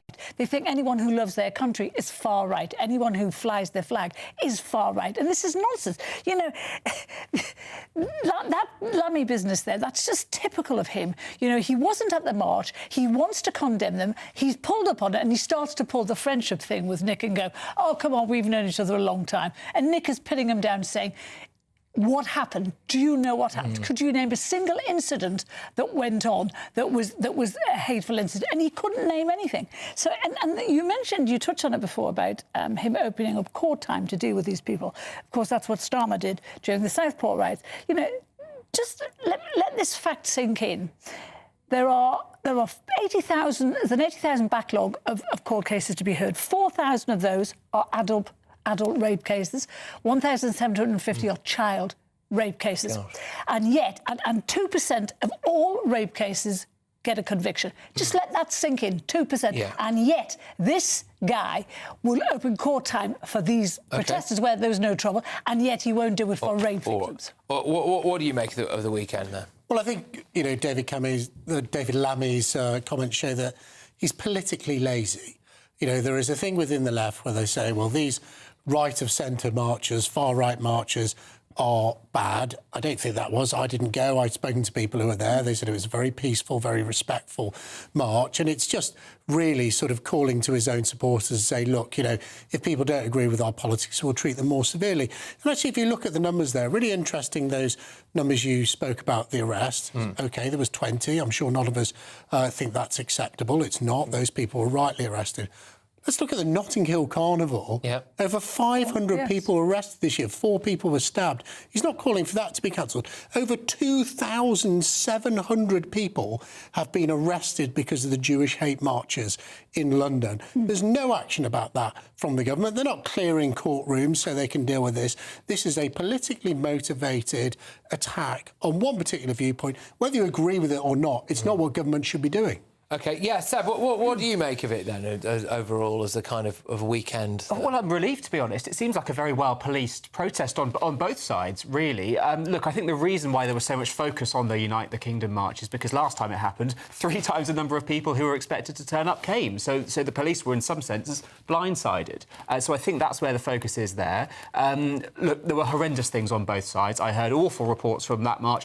We've seen tonight horrible things said at the other, but it seems that both of them went off largely peacefully. Yes, there were some distasteful things as well. But look, I think we can write this up as a policing success. But 2 members of our government came out and condemned that march before anything had ever happened. They condemned the Unite the Kingdom march and not the dozens of pro-Palestinian marches we've seen over the last 2 years. Well, I think the difference is that the Unite the Kingdom march has a figurehead, and it's Tommy Robinson, and it's a man that's so extreme that what did he do on Saturday that was so wrong? I don't know what he did on Saturday, but the point is he has a background. He's been to prison, hasn't he? He's got a string of beliefs. And that, no one you know, of those Palestinian marchers have been to prison, I suppose. No, but I'm sure they have. But the point I'm making is that march had a figurehead, and the Palestinian. I don't really see that as relevant. I mean, I do think people will watch this and think, look, this is two-tier policing again from the Labour government. You know, there hasn't been the right sort of crackdown on these Palestinian hate marchers.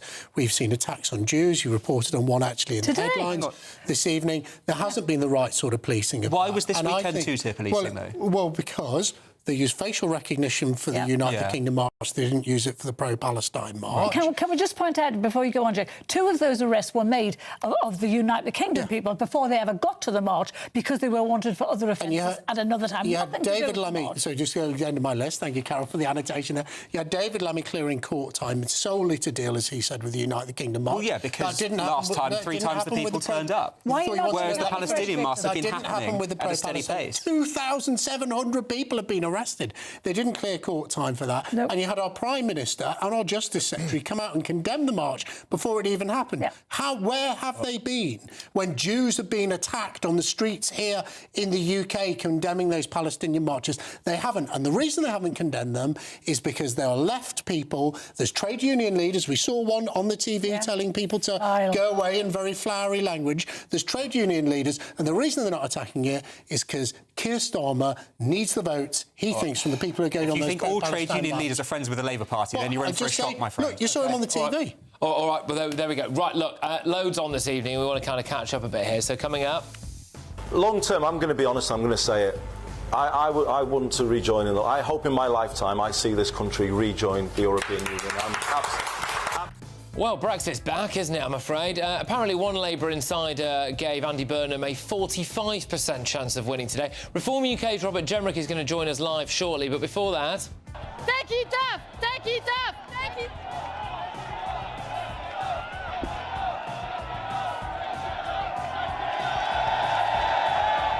Yeah, we mentioned it briefly earlier. We're going to be having a debate next. Is it actually ever OK to mock the burqa? That's next.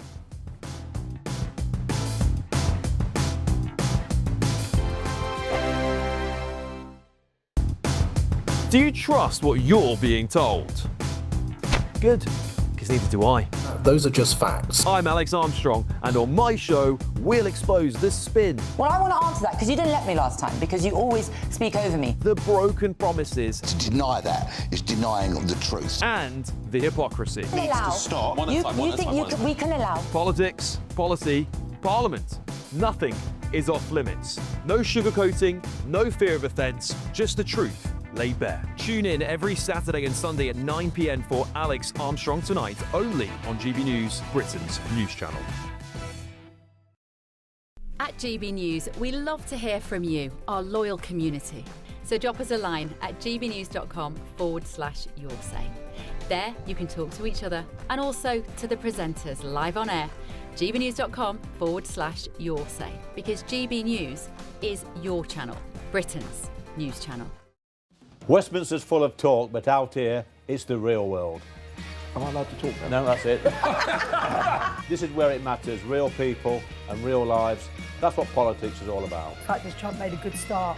No. Straight answers, no spin, and just a couple of pints. How many fingers have I ever got up? About 10. So join me for Lee Anderson's Real World every Friday at 7 p.m, only on GB News. The People's Channel, Britain's news channel. From the school run to the home run, watch a new show for all of Britain. He can say whatever he wants. A straight talking show where all voices are heard.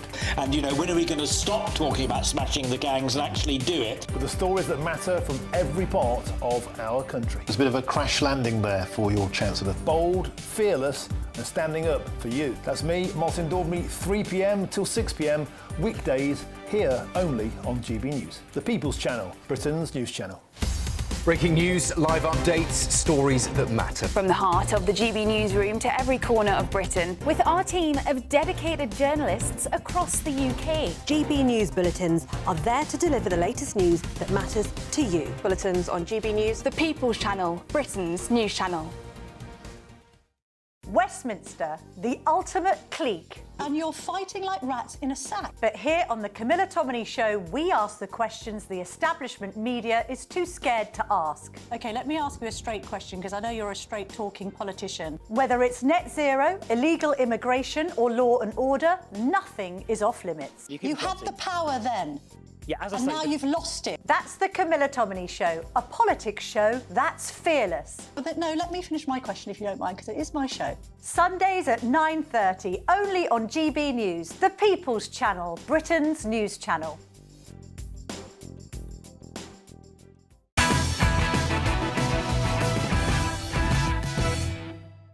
Yes, welcome back to Patrick Christie's Tonight. So, we're going to have a debate now. Is it ever OK to mock the burqa? Time for the head-to-head. Well, the reason I'm asking is obviously because there's tens of thousands of Brits descended on London over the weekend for the Unite the Kingdom rally. There was a bit of a moment that sparked some controversy. Take it off! Take it off! Take it.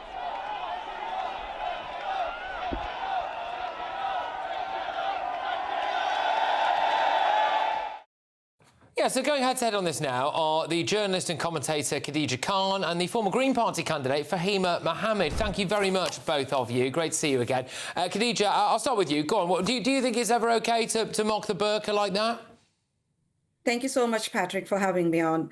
First of all, I want to clarify that I'm not speaking on behalf of any group or organization. I'm here to discuss whether mocking the burqa constitutes anti-Muslim bigotry. And the answer is mocking and burqa and niqab does not constitute anti-Muslim bigotry because it's a tool of women's oppression, and criticizing the misogynistic ideology behind this attire does not amount to anti-Muslim bigotry. People have the right to criticize religion, religious symbol, and misogynistic practices that subjugate women through mockery and ridicule in a free and liberal democracy such as Britain. This goes without saying that burqa and niqab are extreme and depraved interpretation of religious modesty, which dehumanizes and objectifies women and sexualizes young girls. Majority of women are often compelled to wear the burqa due to societal pressures and a misogynistic religious belief that they should be held accountable for men's inability to control their sexual urges. The question should be that in a progressive liberal democracy, can we truly overlook the absurdity of such archaic, medieval and misogynistic beliefs? Khadija. Oh, we've got to get Fahima in now. So, Fahima, I imagine there's quite a bit you'd like to come back to there. Well, look, people are legally free to criticise religion, satire exists, and nobody is saying that Islam should be beyond scrutiny. But this debate is really about what kind of society we want to become, and British law protects both free speech and freedom of religion. So the point of a liberal society is that people can live differently without being publicly humiliated for it. For example, if a woman is forced, mockery is cruelty. If she chooses it, then mockery is intolerance. And either way, it is not liberation. So again, I also find that this is such a double standard, because if somebody mocked an Orthodox Christian woman of Catholic background or religion, a Jewish woman's wig, or a Sikh turban, or a ridicule a nun on the streets, and rightly so, including myself, I would find that to be disrespectful and antisocial. So, and we have to also understand the context. These framing is not just free speech and banter and cultural criticism.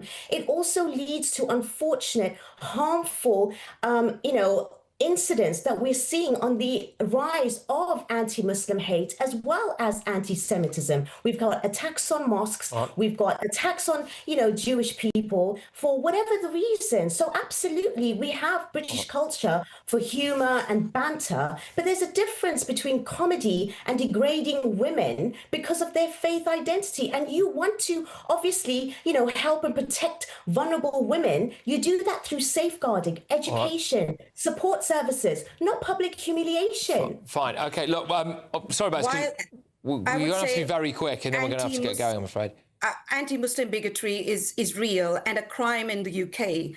While criticising Islam is not illegal in this country. Nevertheless, I've been falsely accused of Islamophobia and bigotry on national radio. I've been personally attacked and verbally abused by a hijab-wearing Muslim women and Muslim men on more than one occasion on national TV for merely criticising Islam. Let's face this harsh reality that bigotry and prejudice are pervasive social evils found in all human societies, and Britain is not an exception. What sets us apart from the rest of the world word is our unwavering commitment to challenge bigotry and uphold the dignity of every individual through humane laws. I think people need to stop recklessly conflating a misogynistic dress code with the dignity of Muslims as people. It's time to stop hesitating and address the widespread normalization of misogynistic attire which dehumanizes and alienates and discriminates against women and young girls. Can't be talking over each other, I'm afraid. I do not, like 10 seconds. Condone your attacks that has been against you. That is completely wrong. I've had it myself. You get attacked for, you are one of those people who attacked me personally. Sorry?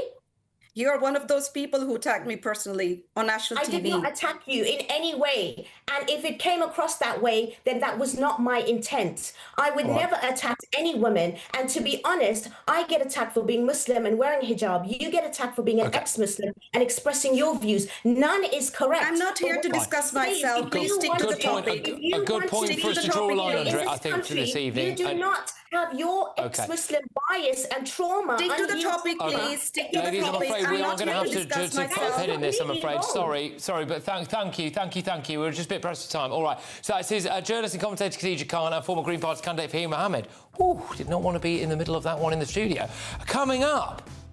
I'm not proposing that the UK considers rejoining the EU. I respect the decision that was made at the referendum.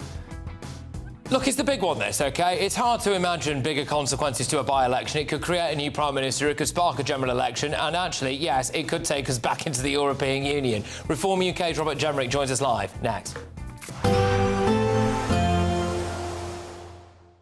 Be nice to escape the grey. Clear skies, here we come. As clear as our travel insurance. All Clear Travel Insurance sponsors GB News Travel Destinations Forecast.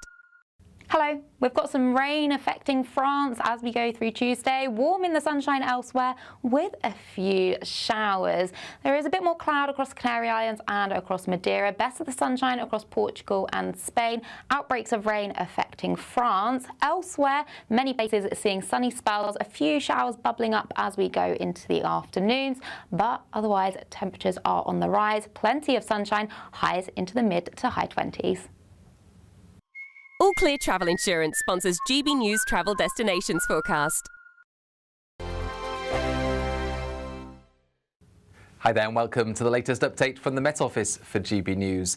It's going to be a damp night for most of us, strengthening breeze as well, with heavy showers then following the rain from the west and dominating throughout much of Tuesday. It's unsettled out there. In other words, low pressure in control of the weather for the time being, ushering in spells of rain followed by showers. This is all ahead of drier and warmer weather we're expecting later this week. But for now, we've simply got the rain, and it's a wet night, especially for Northern Ireland, Wales and the southwest, with the rain turning heavy around midnight. A fresh breeze, and because of the cloud, as well as the rain and the wind, it's going to be a mild night, much milder compared with recent nights, temperatures of 11 or 12 Celsius first thing Tuesday.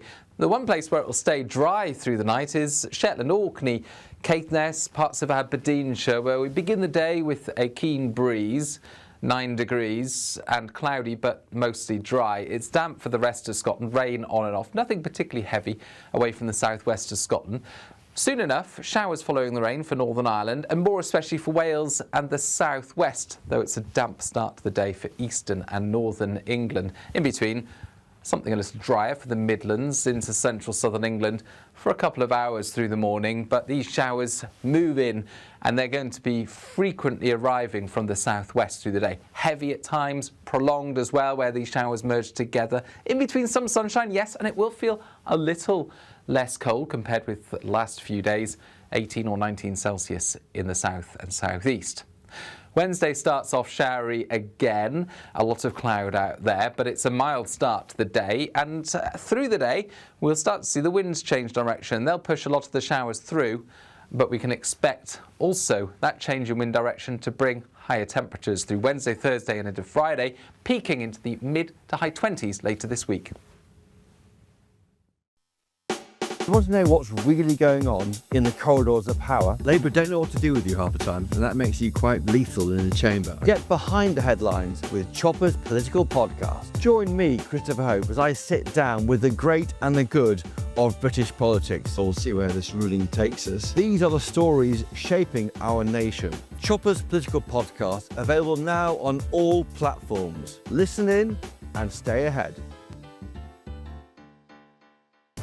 I've been in Westminster for a long time, but I know that though power may be here, its effect on people's lives is across the whole of the country.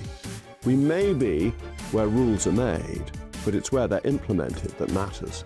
Join me, Jacob Rees-Mogg, for forthright and frank discussion on where Britain has come from, where it's going, and where it will end up. That's State of the Nation, Monday to Thursday, 8 to 9 o'clock. Vox Populi, Vox Dei.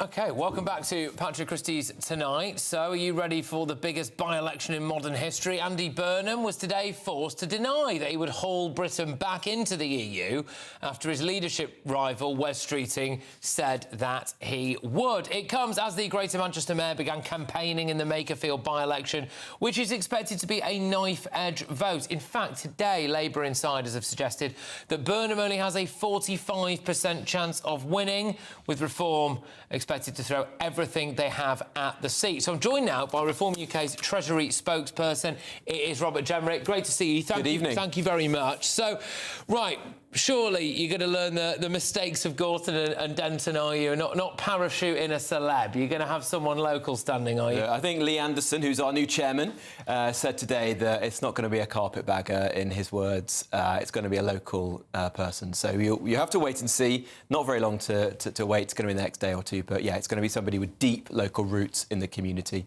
And what a contrast that will be to Andy Burnham, who is basically just using this community for his own ends. You know, he could have stood anywhere. This seat came up because the Labour MP had only been there for 2 years, got disgraced, quit, you know, ditched the seat, tried to stitch it up for Andy Burnham. Andy basically just wants this as a stepping stone to become Prime Minister. At Reform, we want to choose somebody who's going to be a genuine local champion for this community. I mean, Andy Burnham does say that he was born, like, literally a few roads away from Makerfield, so he is local. Well, sure, but, you know, from what we've read, he was trying to get someone in Bootle to step down. He was trying to get somebody in the centre of Manchester to step down. It's pretty obvious what's going on here. He's taking these people for granted, using them as pawns in his own political career. He just wants to get into Parliament as quickly as possible so he can try and become Prime Minister. That's not the way you treat people. A parliamentary seat isn't just something to be traded like that. It's about trust with the local people. OK. One of the big issues this raises head, clearly, is about the EU. I mean, Wes Streeting's having a little bit of mischief, I think, isn't he? Basically, he's saying that he'd take us back into the EU. We played a clip a bit earlier on, Andy Burnham saying that he hopes he lives long enough to see us rejoin the EU. It is a big ambition of his. He's now been forced to deny that. 65% of people in Makerfield voted for Brexit. So presumably this is going to be a central bit of the campaign, isn't it? Because Reform's existing slogan was, you know, vote Reform, get Starmer out. But actually, in this seat, if you vote Labour, you're getting Starmer out as well, aren't you? But we want to get Labour out. You know, the only good Labour is no Labour. So we want to use this election not just to finish off Keir Starmer, we've done that, but we want to finish off Labour and ensure that we can finally head towards a general election. But if you're asking me what does Andy Burnham think about the EU, well, I don't really know is the honest answer. You know the joke that there's a Blairite, there's a Brownite, there's a Corbynista, there's a Starmerite. They walk into a bar and the barman says, "Hello, Andy, what would you like to drink?" And that's the point, isn't it? You know, he's had views across the whole political spectrum. It's basically what suits my purposes today. You voted Remain, didn't you? I did, but I'm not going around, you know, changing views all the time. You know, what he's doing is saying one thing just a few months ago at the Labour Party conference to please the Labour Party members, and now, less than a year later, he's saying something very different because he knows people in Makerfield don't like it. And the point is here, what is the consequence of getting closer to the EU or even rejoining it? It's opening our borders to 500 million people. And how does that serve the people of Makerfield? How's that going to help them to get housing or get their kids onto the social housing list? How's it going to help them to get doctors and dentists or to have the wages that they deserve if it's going to be undercut by cheap foreign labour once again, as it's been for 25 years? No one wants that in Makerfield. They don't want to relitigate the Brexit wars. They actually want to just get on and have good jobs, lower their bills, get rid of the crime, the hollowed-out town centres in places like Wigan. That is what they want, and the way to deliver that is through reform. I mean, one of the issues I imagine for reform is that, look, Keir Starmer, I mean, he's literally the most unpopular Prime Minister in recorded history. We all know about it, so wooden birds are nesting in him. Andy Burnham, to his credit, at least seems a bit more human. And this is something... He's a human version of Keir Starmer, but does that mean that he's changed? I don't think so. I mean, this is a man, remember, who left Cambridge University, nothing wrong with that, came down to London and worked his whole career from 21 to 45 in Westminster. He was a researcher, he was a special advisor, he was then parachuted into a safe seat by the Labour Party, worked as a minister. He's not change. Why is it going to be real change if you end up with Andy Burnham as your MP or indeed as our Prime Minister? Real change is having a complete change of scene where you get someone like Nigel Farage in who's going to actually shake things up and deliver for people in Makerfield. And I would just ask people who are watching this programme in Makerfield, do you feel better off after 9 years of Andy Burnham as your mayor? Is the high streets in Wigan or in Ashton in Makerfield, do they look better after 9 years? Is there less crime? Are there better jobs? I don't think the answer to those things will be yes. I think things have got worse for them over the course of the last 9 years. Fine. There was potentially a slightly unhelpful intervention from the Reform Mayor in Hull, Luke Campbell, earlier on. There is a clip of this, I think we'll play it now. Are you optimistic that if Andy Burnham became Prime Minister, he would use his influence to champion the north of England in the way he does as Mayor? I think he would. Look, I've met Andy several times. I haven't had a deep conversation with him about his politics, but he seems like a really nice guy to me. What kind of Prime Minister do you think he would make? I don't know. No idea. I guess we'd have to wait and see. Yeah, what do you make of that? But maybe not like that helpful to the reform cause there, saying that he thinks he's quite a nice guy. Well, he said he was an all right bloke, but he didn't know what kind of Prime Minister he'd be. You know, what's wrong with that? But look, I do remember when he was in Westminster and he had a reputation of somebody who blew in the wind, wasn't a great minister. Remember when he was Health Secretary? He was involved in privatising the NHS, PFI, which we're going to be paying for years to come, and he was the guy who blocked the public inquiry into the Mid-Staffs hospital scandal that eventually got pushed through by the government that came afterwards. So, look, I'm sceptical of Andy Burnham. But the point is this. He's just using the people of Makerfield. You know, he's taking them for granted. And I think that they should use their vote to upset the apple cart. You know what Labour are going to do? They're going to throw the Nigel Farage's £5 million gift around everywhere. You know, for talk well, they did before the local elections. A man of the people, he's trounced £5 million. Well, Patrick, they did before the local elections and a lot of other smears. It didn't do them very much good, did it? Because Reform did incredibly well. In Makerfield, it got more than 50% of the vote. And since those times, you know, in the last fortnight, all the polls show Reform doing even better. So parts of the media, the Labour Party, can throw whatever they like at Reform. They're obviously going to in the months and the years ahead, but it's water off a duck's back to us. Just lastly, do you think that the Conservatives and actually Restore Britain should stand down in this seat? Because Rupert Lowe's announced he's going to be standing a candidate today. They've named her, actually. We're going to talk a bit more about that later on. And I imagine that Tories are standing. So should they stand aside? Yeah. Well, they could do what they like. In honesty, it's irrelevant. When we had the by-election down the road in Gorton and Denton, the Tory party lost their deposit. At the local elections, they were nowhere. You know, my view, and, you know, it's said with a heavy heart, is that the Tory party is irrelevant in most of the country. They're a regional pressure group now for posh parts of London. You know, it's Kensington and Wandsworth. It's not Newark and Wigan. And so what they do in this by-election isn't going to make a blind bit of difference. And I'd also say that, yeah, Reform are getting a healthy number of former Tory voters, but in Makerfield, actually, it's a lot of lifelong Labour voters who are coming over to Reform. And it's that bringing together of people from the left and the right who voted for other parties for their whole lives, maybe for generations, that is what is so unique about Reform. OK, Robert, thank you very, very much. Robert Jenrick there, who is, of course, Reform UK's Treasury spokesperson. Definitely all to play for in Makerfield, isn't it? Coming up, an Albanian murderer fled to the UK in the back of a lorry, lied to get asylum, and then was eventually deported back to his native country. Can you guess where he is now? I'll tell you in a couple of minutes' time. Westminster, the ultimate clique. And you're fighting like rats in a sack. But here on the Camilla Tominey Show, we ask the questions the establishment media is too scared to ask. OK, let me ask you a straight question, because I know you're a straight-talking politician. Whether it's net zero, illegal immigration or law and order, nothing is off limits. You had the power then. Yeah, as I and say, now you've lost it. That's the Camilla Tominey Show, a politics show that's fearless. But no, let me finish my question if you don't mind, because it is my show. Sundays at 9:30, only on GB News, the People's Channel, Britain's news channel. This is GB News, Britain's news channel. We should be almost banned. Do you really? I really do, because and then you just let the listener or the viewer find their own a take on it and their own opinion about it. Right. I really don't like it. At Olympic Games, I really don't like the sort of cheerleading and showboating and the we this, we that, we the other. So you're not the USA. I'm sorry. No, it's Britain. Britain are third in the medals table. Not we are third in the medals table. Right. I think. OK. And how does everybody react to that? Is everybody... Because I must admit, I do quite like the we thing. I don't. OK.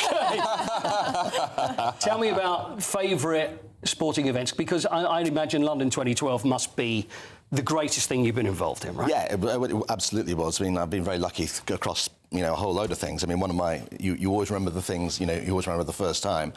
To be in the Olympics in Seoul in '88, and to see Ben Johnson win the 100 metres, and then the furore off the back of that, when with the possible exception of Lance Armstrong, the biggest drug scandal in the history of sport. I mean, that was an amazing. So were you covering that at the time, that race for BBC Radio? Yeah. So at what point did you know about this? Because now it's known as the dirtiest race of all time, isn't it? But at the time, this man had broken the world record. He was the greatest sprinter anybody had ever seen, and it was such a huge story. The most amazing thing about it was I can't remember how big the crowd was, but in my head it was like 100,000.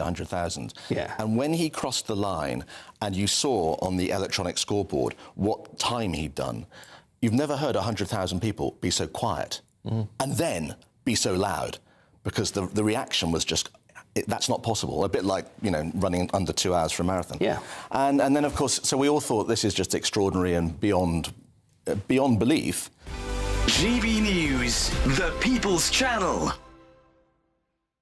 At GB News, we love to hear from you, our loyal community. So drop us a line at gbnews.com/yoursay. There you can talk to each other and also to the presenters live on air. gbnews.com/yoursay, because GB News is your channel, Britain's news channel.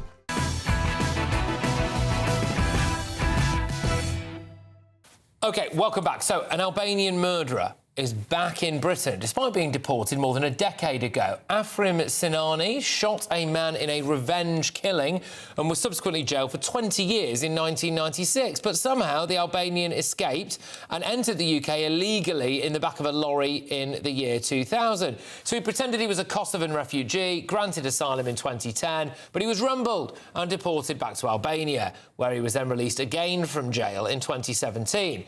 But here we go again, because it turns out he's now living in a council house in London, where properties can sell in that area for more than £400,000. Joined now by the former Immigration Minister, Kevin Foster. Kevin, thank you very, very much. What do you make of this?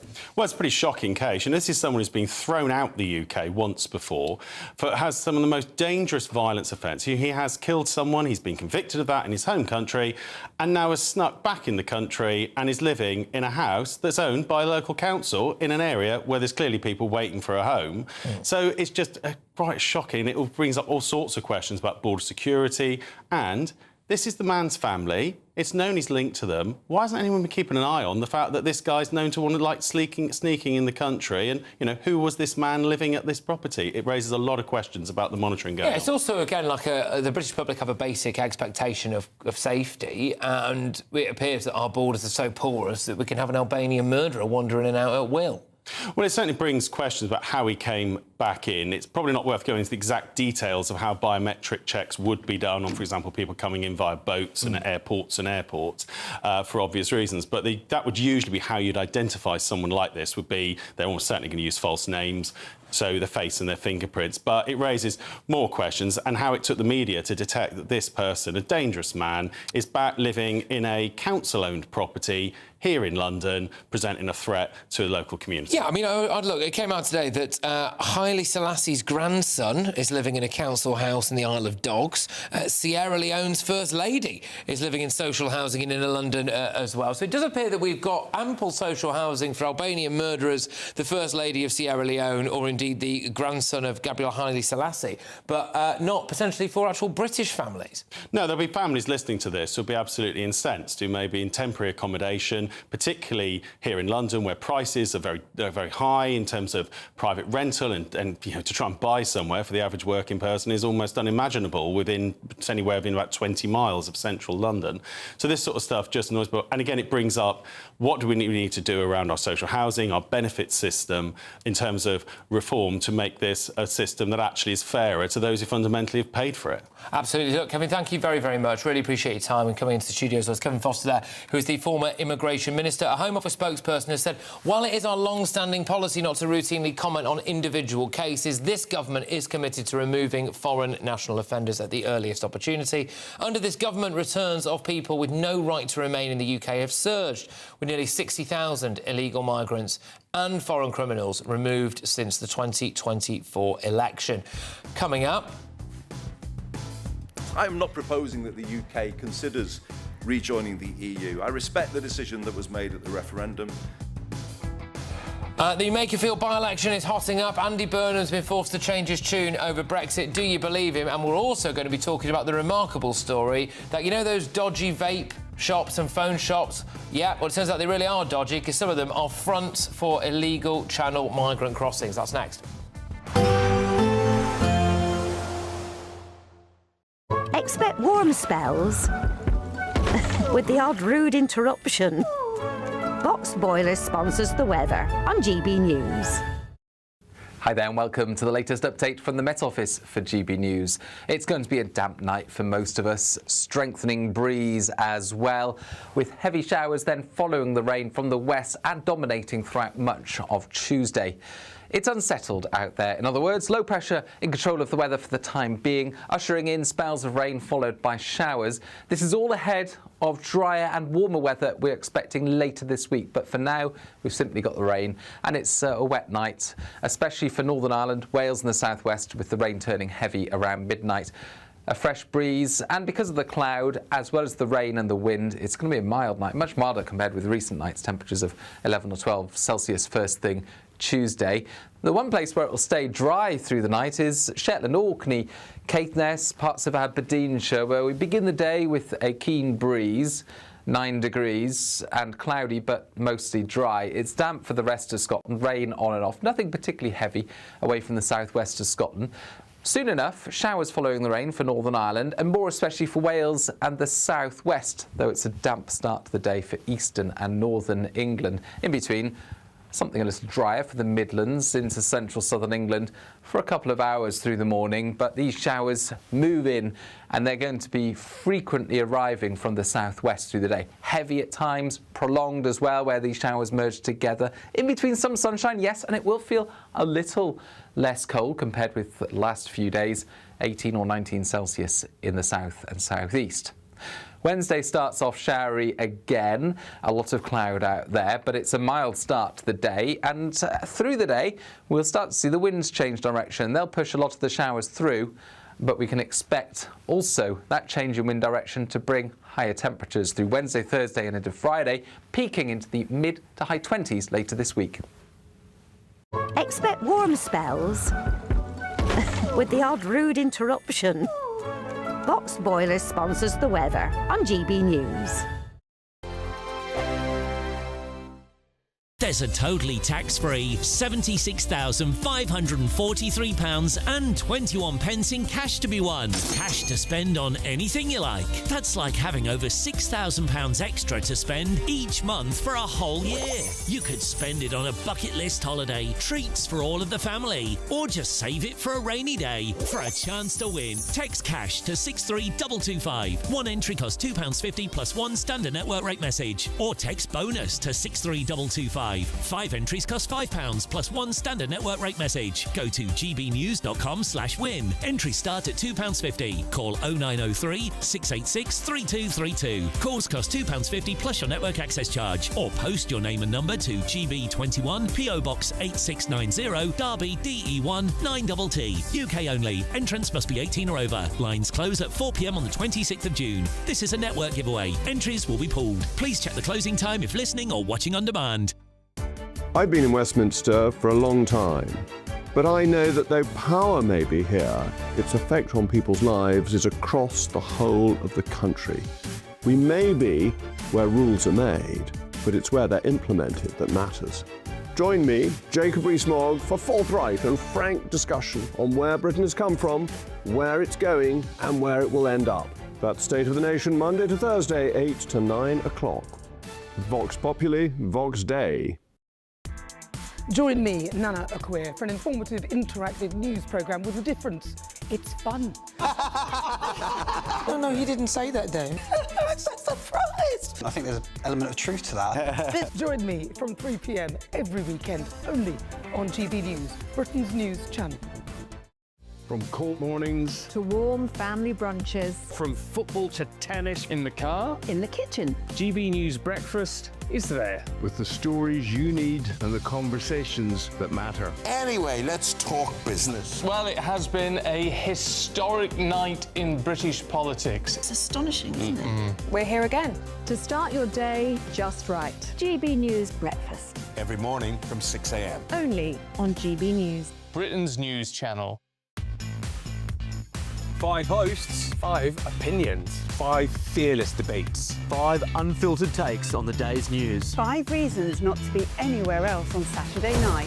This is the Saturday 5. You got me good there. Britain's biggest Saturday night TV show. It's not a bad brand. Yeah. Uncensored. Very, very racy tonight on the unpredictable. What did she say? Can you translate it for us? And always entertaining. And how can a country go from being led by William Wallace Saturday nights from 6 p.m. only on GB News, the People's Channel. Britain's news channel. You're going to want to stay tuned, trust me.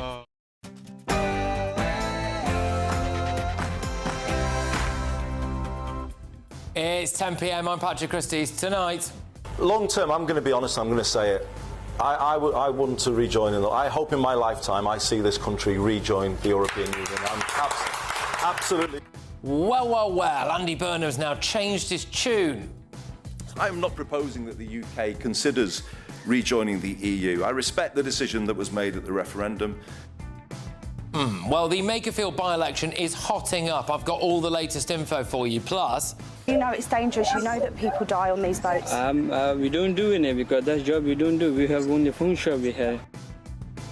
So dodgy vape and phone shops are just fronts for small boat migrants breaking into Britain. I've got all of tomorrow's newspaper front pages tonight, and the breaking news on the front of the Eye is that HS2 will cost more than NASA's Artemis moon mission. I mean, HS2 will cost more than NASA's Artemis moon mission. I mean, it's not even happening, is it? At least Artemis went somewhere near the moon. I mean, did we make it to Birmingham? On my panel tonight, we've got Daily Express columnist Carol Malone, Reform UK member, ex-Tory party chair Sergey Berry, and political commentator Sebastian Salak. Now, can you guess what happens next here? Or what's going on here?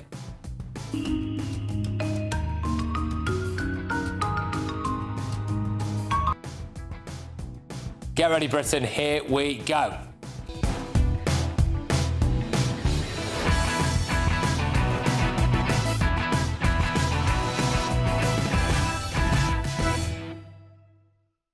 It's already kicking off in the most important by-election in British history. Next.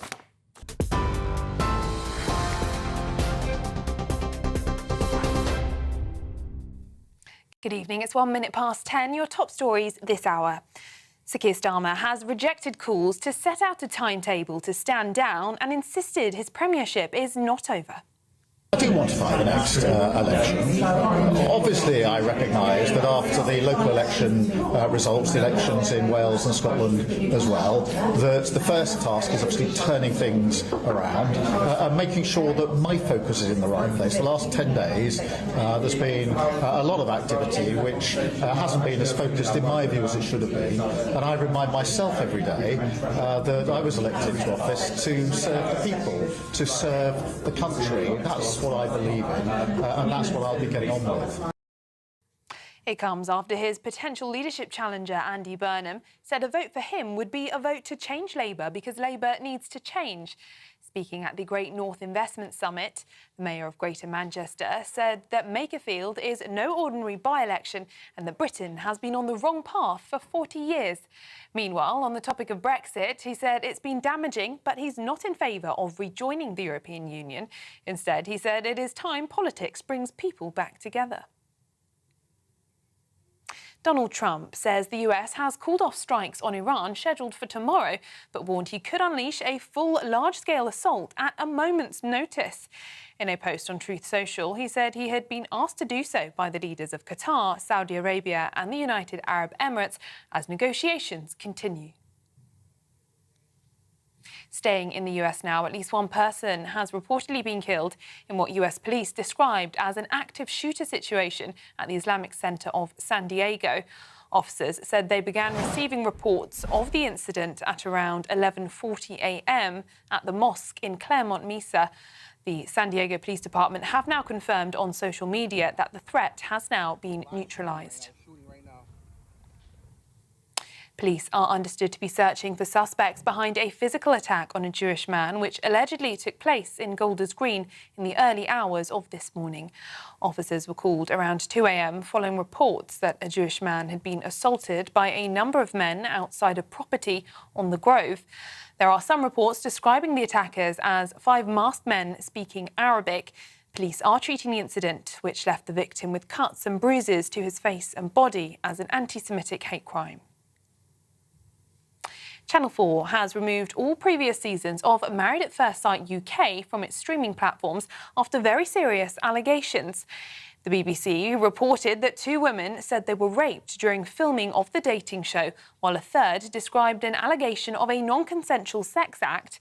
The men accused of the sex attacks deny all the allegations against them, set to be broadcast in the Panorama documentary tonight. Pep Guardiola will reportedly stand down as Manchester City manager after Sunday's final Premier League game. That's according to the Mail. The 55-year-old has won 20 trophies and led City to 6 league titles. It is expected that the news will be confirmed sometime on Sunday. Those are the latest GB News headlines. Now it's back to Patrick. Take the GB News family with you on any device. As long as you have an internet connection, tune into GB News anywhere on the planet or beyond.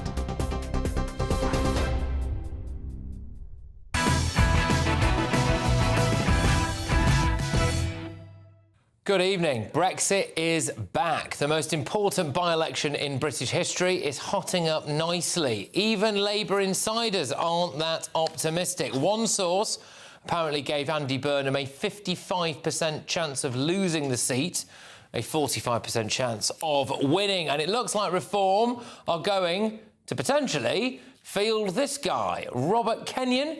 He's a British Army veteran who worked for the NHS and is now a local plumber. He stood at the last general election. He got about 32% of the vote and around 5,400 fewer votes than Josh Simons, who won it at the time for Labour. But a lot's changed, hasn't it? And at the local elections, Makerfield went fully Reform and Mr Kenyon was elected as a local councillor, smashing his Labour rival. Interestingly, the Greens are not stepping aside. There were rumours that they would, but it looks like they are going to stand here now. And to add to the chaos, Rupert Lowe's Restore Britain are apparently standing candidate Rebecca Shepherd, a local businesswoman. And to make matters even more complicated, Keir Starmer, despite reports over the weekend that he's telling his friends that he's going to step aside, well, he's not going anywhere, even if Burnham wins, apparently. If Andy Burnham wins the Makerfield by-election, will you set out a timetable to stand down? Some of your colleagues in Cabinet want you to do. No, I'm not going to do that. It is obviously a very important by-election. And can I be really clear, as I was with my staff this morning, it is a fight between Labour and Reform. It's a very important fight.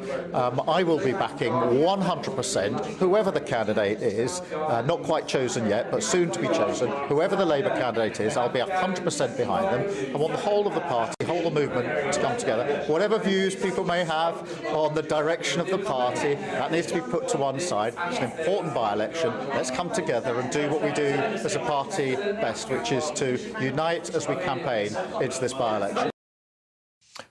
But this is the big talking point. Britain's future lies with Europe and one day, back in the European Union. So Labour leadership contender Wes Streeting has already come out and basically said that he would take Britain back into the EU, which puts Andy Burnham in an awkward spot. Burnham is a massive Europhile, big Remainer, and his old clips are now coming back to haunt him. Long term, I'm going to be honest, I'm going to say it. I want to rejoin. I hope in my lifetime I see this country rejoin the European Union. I'm absolutely clear about that. Well, how's that going to go down with the people of Makerfield? 65% of them voted for Brexit. Burnham was forced to come out and deny that he'd rejoin the EU today. View is that Brexit has been damaging, but I also believe the last thing we should do right now is rerun those arguments. I'm not proposing that the UK considers rejoining the EU. I respect the decision that was made at the referendum, and it's going to undermine everything I've said about strengthening democracy if we don't respect that vote. It's nice to see him wearing something other than the world's shortest shorts for a change, though, isn't it? He went out for a jog in front of the cameras the other day, returned about 45 minutes later in his car, which a lot of people found a little bit weird, but he says it's because he left his car somewhere after having a pint at the football. But do you really believe him? About Brexit, I mean, not the jogging and the car stuff. I'm going to make a prediction here. Might be wrong. I'm going to make a prediction here. If Andy Burnham wins Makerfield, he'll become the Labour leader, and at the next general election, Labour's manifesto will say, rejoin the European Union. Let's get the thoughts of my panel this evening. Daily Express columnist Carol Malone, Reform UK member Sir Jake Berry and political commentator Sebastian Salek. Right, so, Carol, it's all hotting up in Makerfield, isn't it? What do you make of Andy Burnham's politics, I suppose specifically around the EU? You know, let's be clear, Andy Burnham doesn't give a stuff about the good people of Makerfield, and I think they're smart enough not to fall for his flannel. He was saying at the weekend, I'm going to champion this community, I'm going to champion your needs. No, he's not. He's piggybacking on them to get into Downing Street. Don't forget, Labour sees people who voted for Brexit as gammon, who wrecked Britain with their dumb vote, and they will not, the people of Makerfield will not forget that, and I'm hoping they kick his ass out, and also it will sentence the Labour Party to a slow, lingering death under Starmer, which is absolutely what it deserves. You know, the people in Makerfield now must know that they're in a position to make history. This could be their revenge on the party that was founded to represent the working classes but has betrayed them at every turn, particularly this Labour Party. So I'm very much hoping that they kick his backside out, and I think they will. OK, well, look, Jake, I'll bring you in on this. Well, what do you make of how much of a pivotal role Brexit is going to have to play here? Because, again, you, like Robert Jenrick earlier, you voted Remain, didn't you? Well, look, I think the thing is about Andy Burnham is he wasn't standing... It was about a year ago he made those comments. He wasn't standing for election then, and it's the truth, isn't it? That's what he really believes. That was not in the Labour Party's manifesto at the last general election. They don't have a mandate to do it. It's clear that Andy Burnham wants to do it, Wes Streeting wants to do it, Keir Starmer himself said only last week, although it feels like a lifetime ago, that he wants to put Britain back at the heart of Europe. They have no mandate to do this, and rather having these Labour wars, Starmer versus Burnham versus Streeting versus Miliband versus Rayner versus whoever else, let's have what the country really wants, which is a general election. Whoever is the Labour leader after Starmer goes should seek a new mandate relatively quickly, not the day after they do it, should seek a new mandate, and let's have the debate it's profoundly, about this, it's profoundly undemocratic for anyone to talk about overruling that 10-year-old vote now, the biggest democratic mandate this country has ever seen in terms of numbers. It's profoundly undemocratic, and I think that's what Burnham should be. What do you think, Seb? Do you think that Burnham and/or Streeting will take us back into the EU, or at least look to? I don't know that they will, you know, and I think this is entirely consistent with what Burnham's saying. He said he wants to go back into the EU in his lifetime. Now, look, we're talking decades there, hopefully. And that means that he's not necessarily going to stick it on the manifesto if he becomes the Labour leader. I think it's probably the right place to be. I would like to see us go back into the UK, into the EU eventually, but it's probably not politically the right thing to do if you want to keep the country together now. It's so dishonest, though, isn't it? This all really irritates me. It is so dishonest for him to say something. It's fine to hold those views.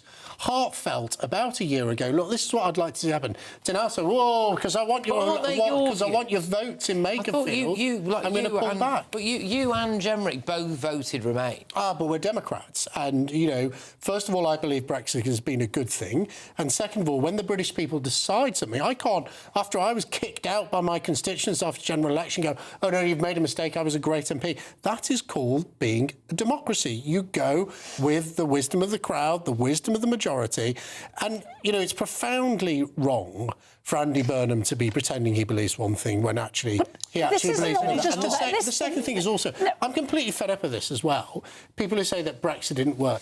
This is failing politicians blaming us having left the European Union for our own failures. I heard David Lammy being interviewed today, and he said, well, after we left the European Union, immigration went up. Yeah, not immigration from the EU. That was Boris Johnson and the Boris wave, which saw immigration from the rest of the world. Nothing to do with Brexit. Go back to Burnham. Politics is failing people. Though. This is about Burnham and him winning this seat. The thing is, why do Labour MPs believe Burnham is the saviour? I've been around long enough. Because I'm old enough to remember when he was a minister in 2010 and again in 2015. He was shockingly lacklustre back then. He was responsible for multi-billion-pound failures in policy. When he was the health secretary, he played down the effects of MRSA in the mid-south hospitals, which cost 1,200 lives. He frightened the bejesus out of the British people over swine flu by exaggerating the symptoms. The man was hopeless when he was in office. Why are MPs now screaming, oh, if only Andy was in power? He will be Starmer Mark II. He's weak. He will take the party to the hard left. He's enthralled to the unions. He wants to raise taxes. He wants to reinstate the 50p tax rate. The man will be hopeless. If you think Starmer's bad, wait for him. Is there a risk, do you think, Seb, that Andy Burnham is a southerner's idea of what a northern man should be? Yes. What do you mean by that? So, like, you know, he supports Everton. He apparently can drink 9 pints without seeming drunk, according to a friend of his. You know, he's a bit seen as a bit of working class, a little bit like that. Do you know what I mean? But it's like, you know, this King in the North stuff, which actually maybe isn't quite borne out by the actual facts. Yeah, look, I think, if you're going to define anybody by a catalogue of their mistakes, then of course they're going to look terrible. What else do you define them by? Well, you can give a balanced picture of anybody, can't you? But look, there are two things here. One is that, yes, of course he is less tarnished because he hasn't been in Westminster. But the problem is here that we are looking at personalities and we're looking for figureheads to come and replace Starmer. We should be looking at policies. And even now, even today, we don't have a concrete idea of what Burnham wants to do. Yes, we do. And that should really concern us. We no, we don't. Know what we have a vibe. We have a rough idea, but we don't have hard policies. We know he agrees with more welfare, higher taxes. We know that. It's been his mantra since he was 15 and joined the Labour Party. I can. Failing the victims of the grooming gangs in Manchester. Exactly. OK, so you're willfully misunderstanding my question. I'm asking about what will he do if he's Prime Minister? No. I'm asking you, what will he do if he's Prime Minister? But you can look at what his manifesto. Listen, in Manchester, he actually spent 100 million quid of taxpayers' money on a failed So I'm just going to stop you there scheme. because this proves my point. None of us round this sofa can name a Burnham policy because he hasn't elucidated them properly. He's not been leader. How can you say to name a Burnham policy? This week. We should talk about them. Go on. He wants to renationalise the water. Yes. He wants to renationalise electricity, gas. He wants to renationalise the railways, actually already existing Labour policy. He is a red in tooth and claw socialist today. By the way, I don't believe he'll do any of that when he gets into power. I think Andy Burnham says whatever he wants people to believe. And it's easy to say he is popular as the mayor of Manchester. Let's not forget that as a mayor of any whether you're Boris Johnson, Ben Houch and anyone, or Andy Burnham, you're like Father Christmas. All you're doing is giving away taxpayers' money to the people you represent. They are all popular. It is easy. Patrick, I could take your credit card to the nearest pub here to the studio and I'd be the most popular man at the bar. So actually, you know, Andy Burnham had the ability to raise taxes. He didn't do it. I remember I was Northern Powers Minister. I said, look, why didn't you raise a business rate levy? He said, oh, no, I don't want to tax the people of Manchester. So let's see. I think Carol's right. I think when he has the glare of leadership, being Prime Minister, he will crumble. Serious challenge for Labour. It was a challenge for anyone, actually. I mean, it looks like it's going to be a two-horse race to reform and Labour. Yeah. You know, it could be one of those by-elections. I mean, I think, didn't Sarah Potion won by, like, 4 votes or something, didn't she? Really narrow, wasn't it? Like, ridiculous, yeah. So it could be one of those. You know, reform have got, I suppose, Seb, the foundation of a 65% Brexit backing area. It might have changed over the years. We don't know, really. 65% Brexit backing area. Recently went reform in the local elections. And what I can't quite get my head around is some of the vox pops I've seen recently of people in Makerfield who said, I voted reform at the local elections, but I would vote for Andy Burnham. So how are you going from voting for reform to voting for Labour in the space of, like, a week? It seems a bit, yeah. I think the issue here is that all of us think in terms of cascading views, which is that if somebody has one opinion, you can guess all the rest of them, because we live in the Westminster bubble and we all think like that. But most people out there don't. They make up their mind on individual issues, so it's very easy to be swayed by one reform policy and then swayed by one Labour policy, and that's how floating voters exist. If I lived in Makerfield, I would be furious that this bloke who has nothing to do with my area or constituency his children go to school in the constituency. He lives next door. Is coming in and saying he really cares about them. He doesn't give a stuff about them. He's piggybacking on them to get back into Downing Street, and that's all it is. It's not about... It's not about looking after the needs of those people. Do you think reform have to go for a local candidate? Well, I think it would be best for reform. I don't know who the candidate's going to be. I think it would be best for reform. I see that Lee Anderson was appearing on this channel this evening and said that they are not going to have a carpetbagger. It will then probably likely be someone local. I think that's what people in Makerfield should want. They should want a good, hard-working Reform Member of Parliament who's going to represent their views in Parliament. Do you think the Tories and Restore Britain should stand aside? No, I think all parties should stand in all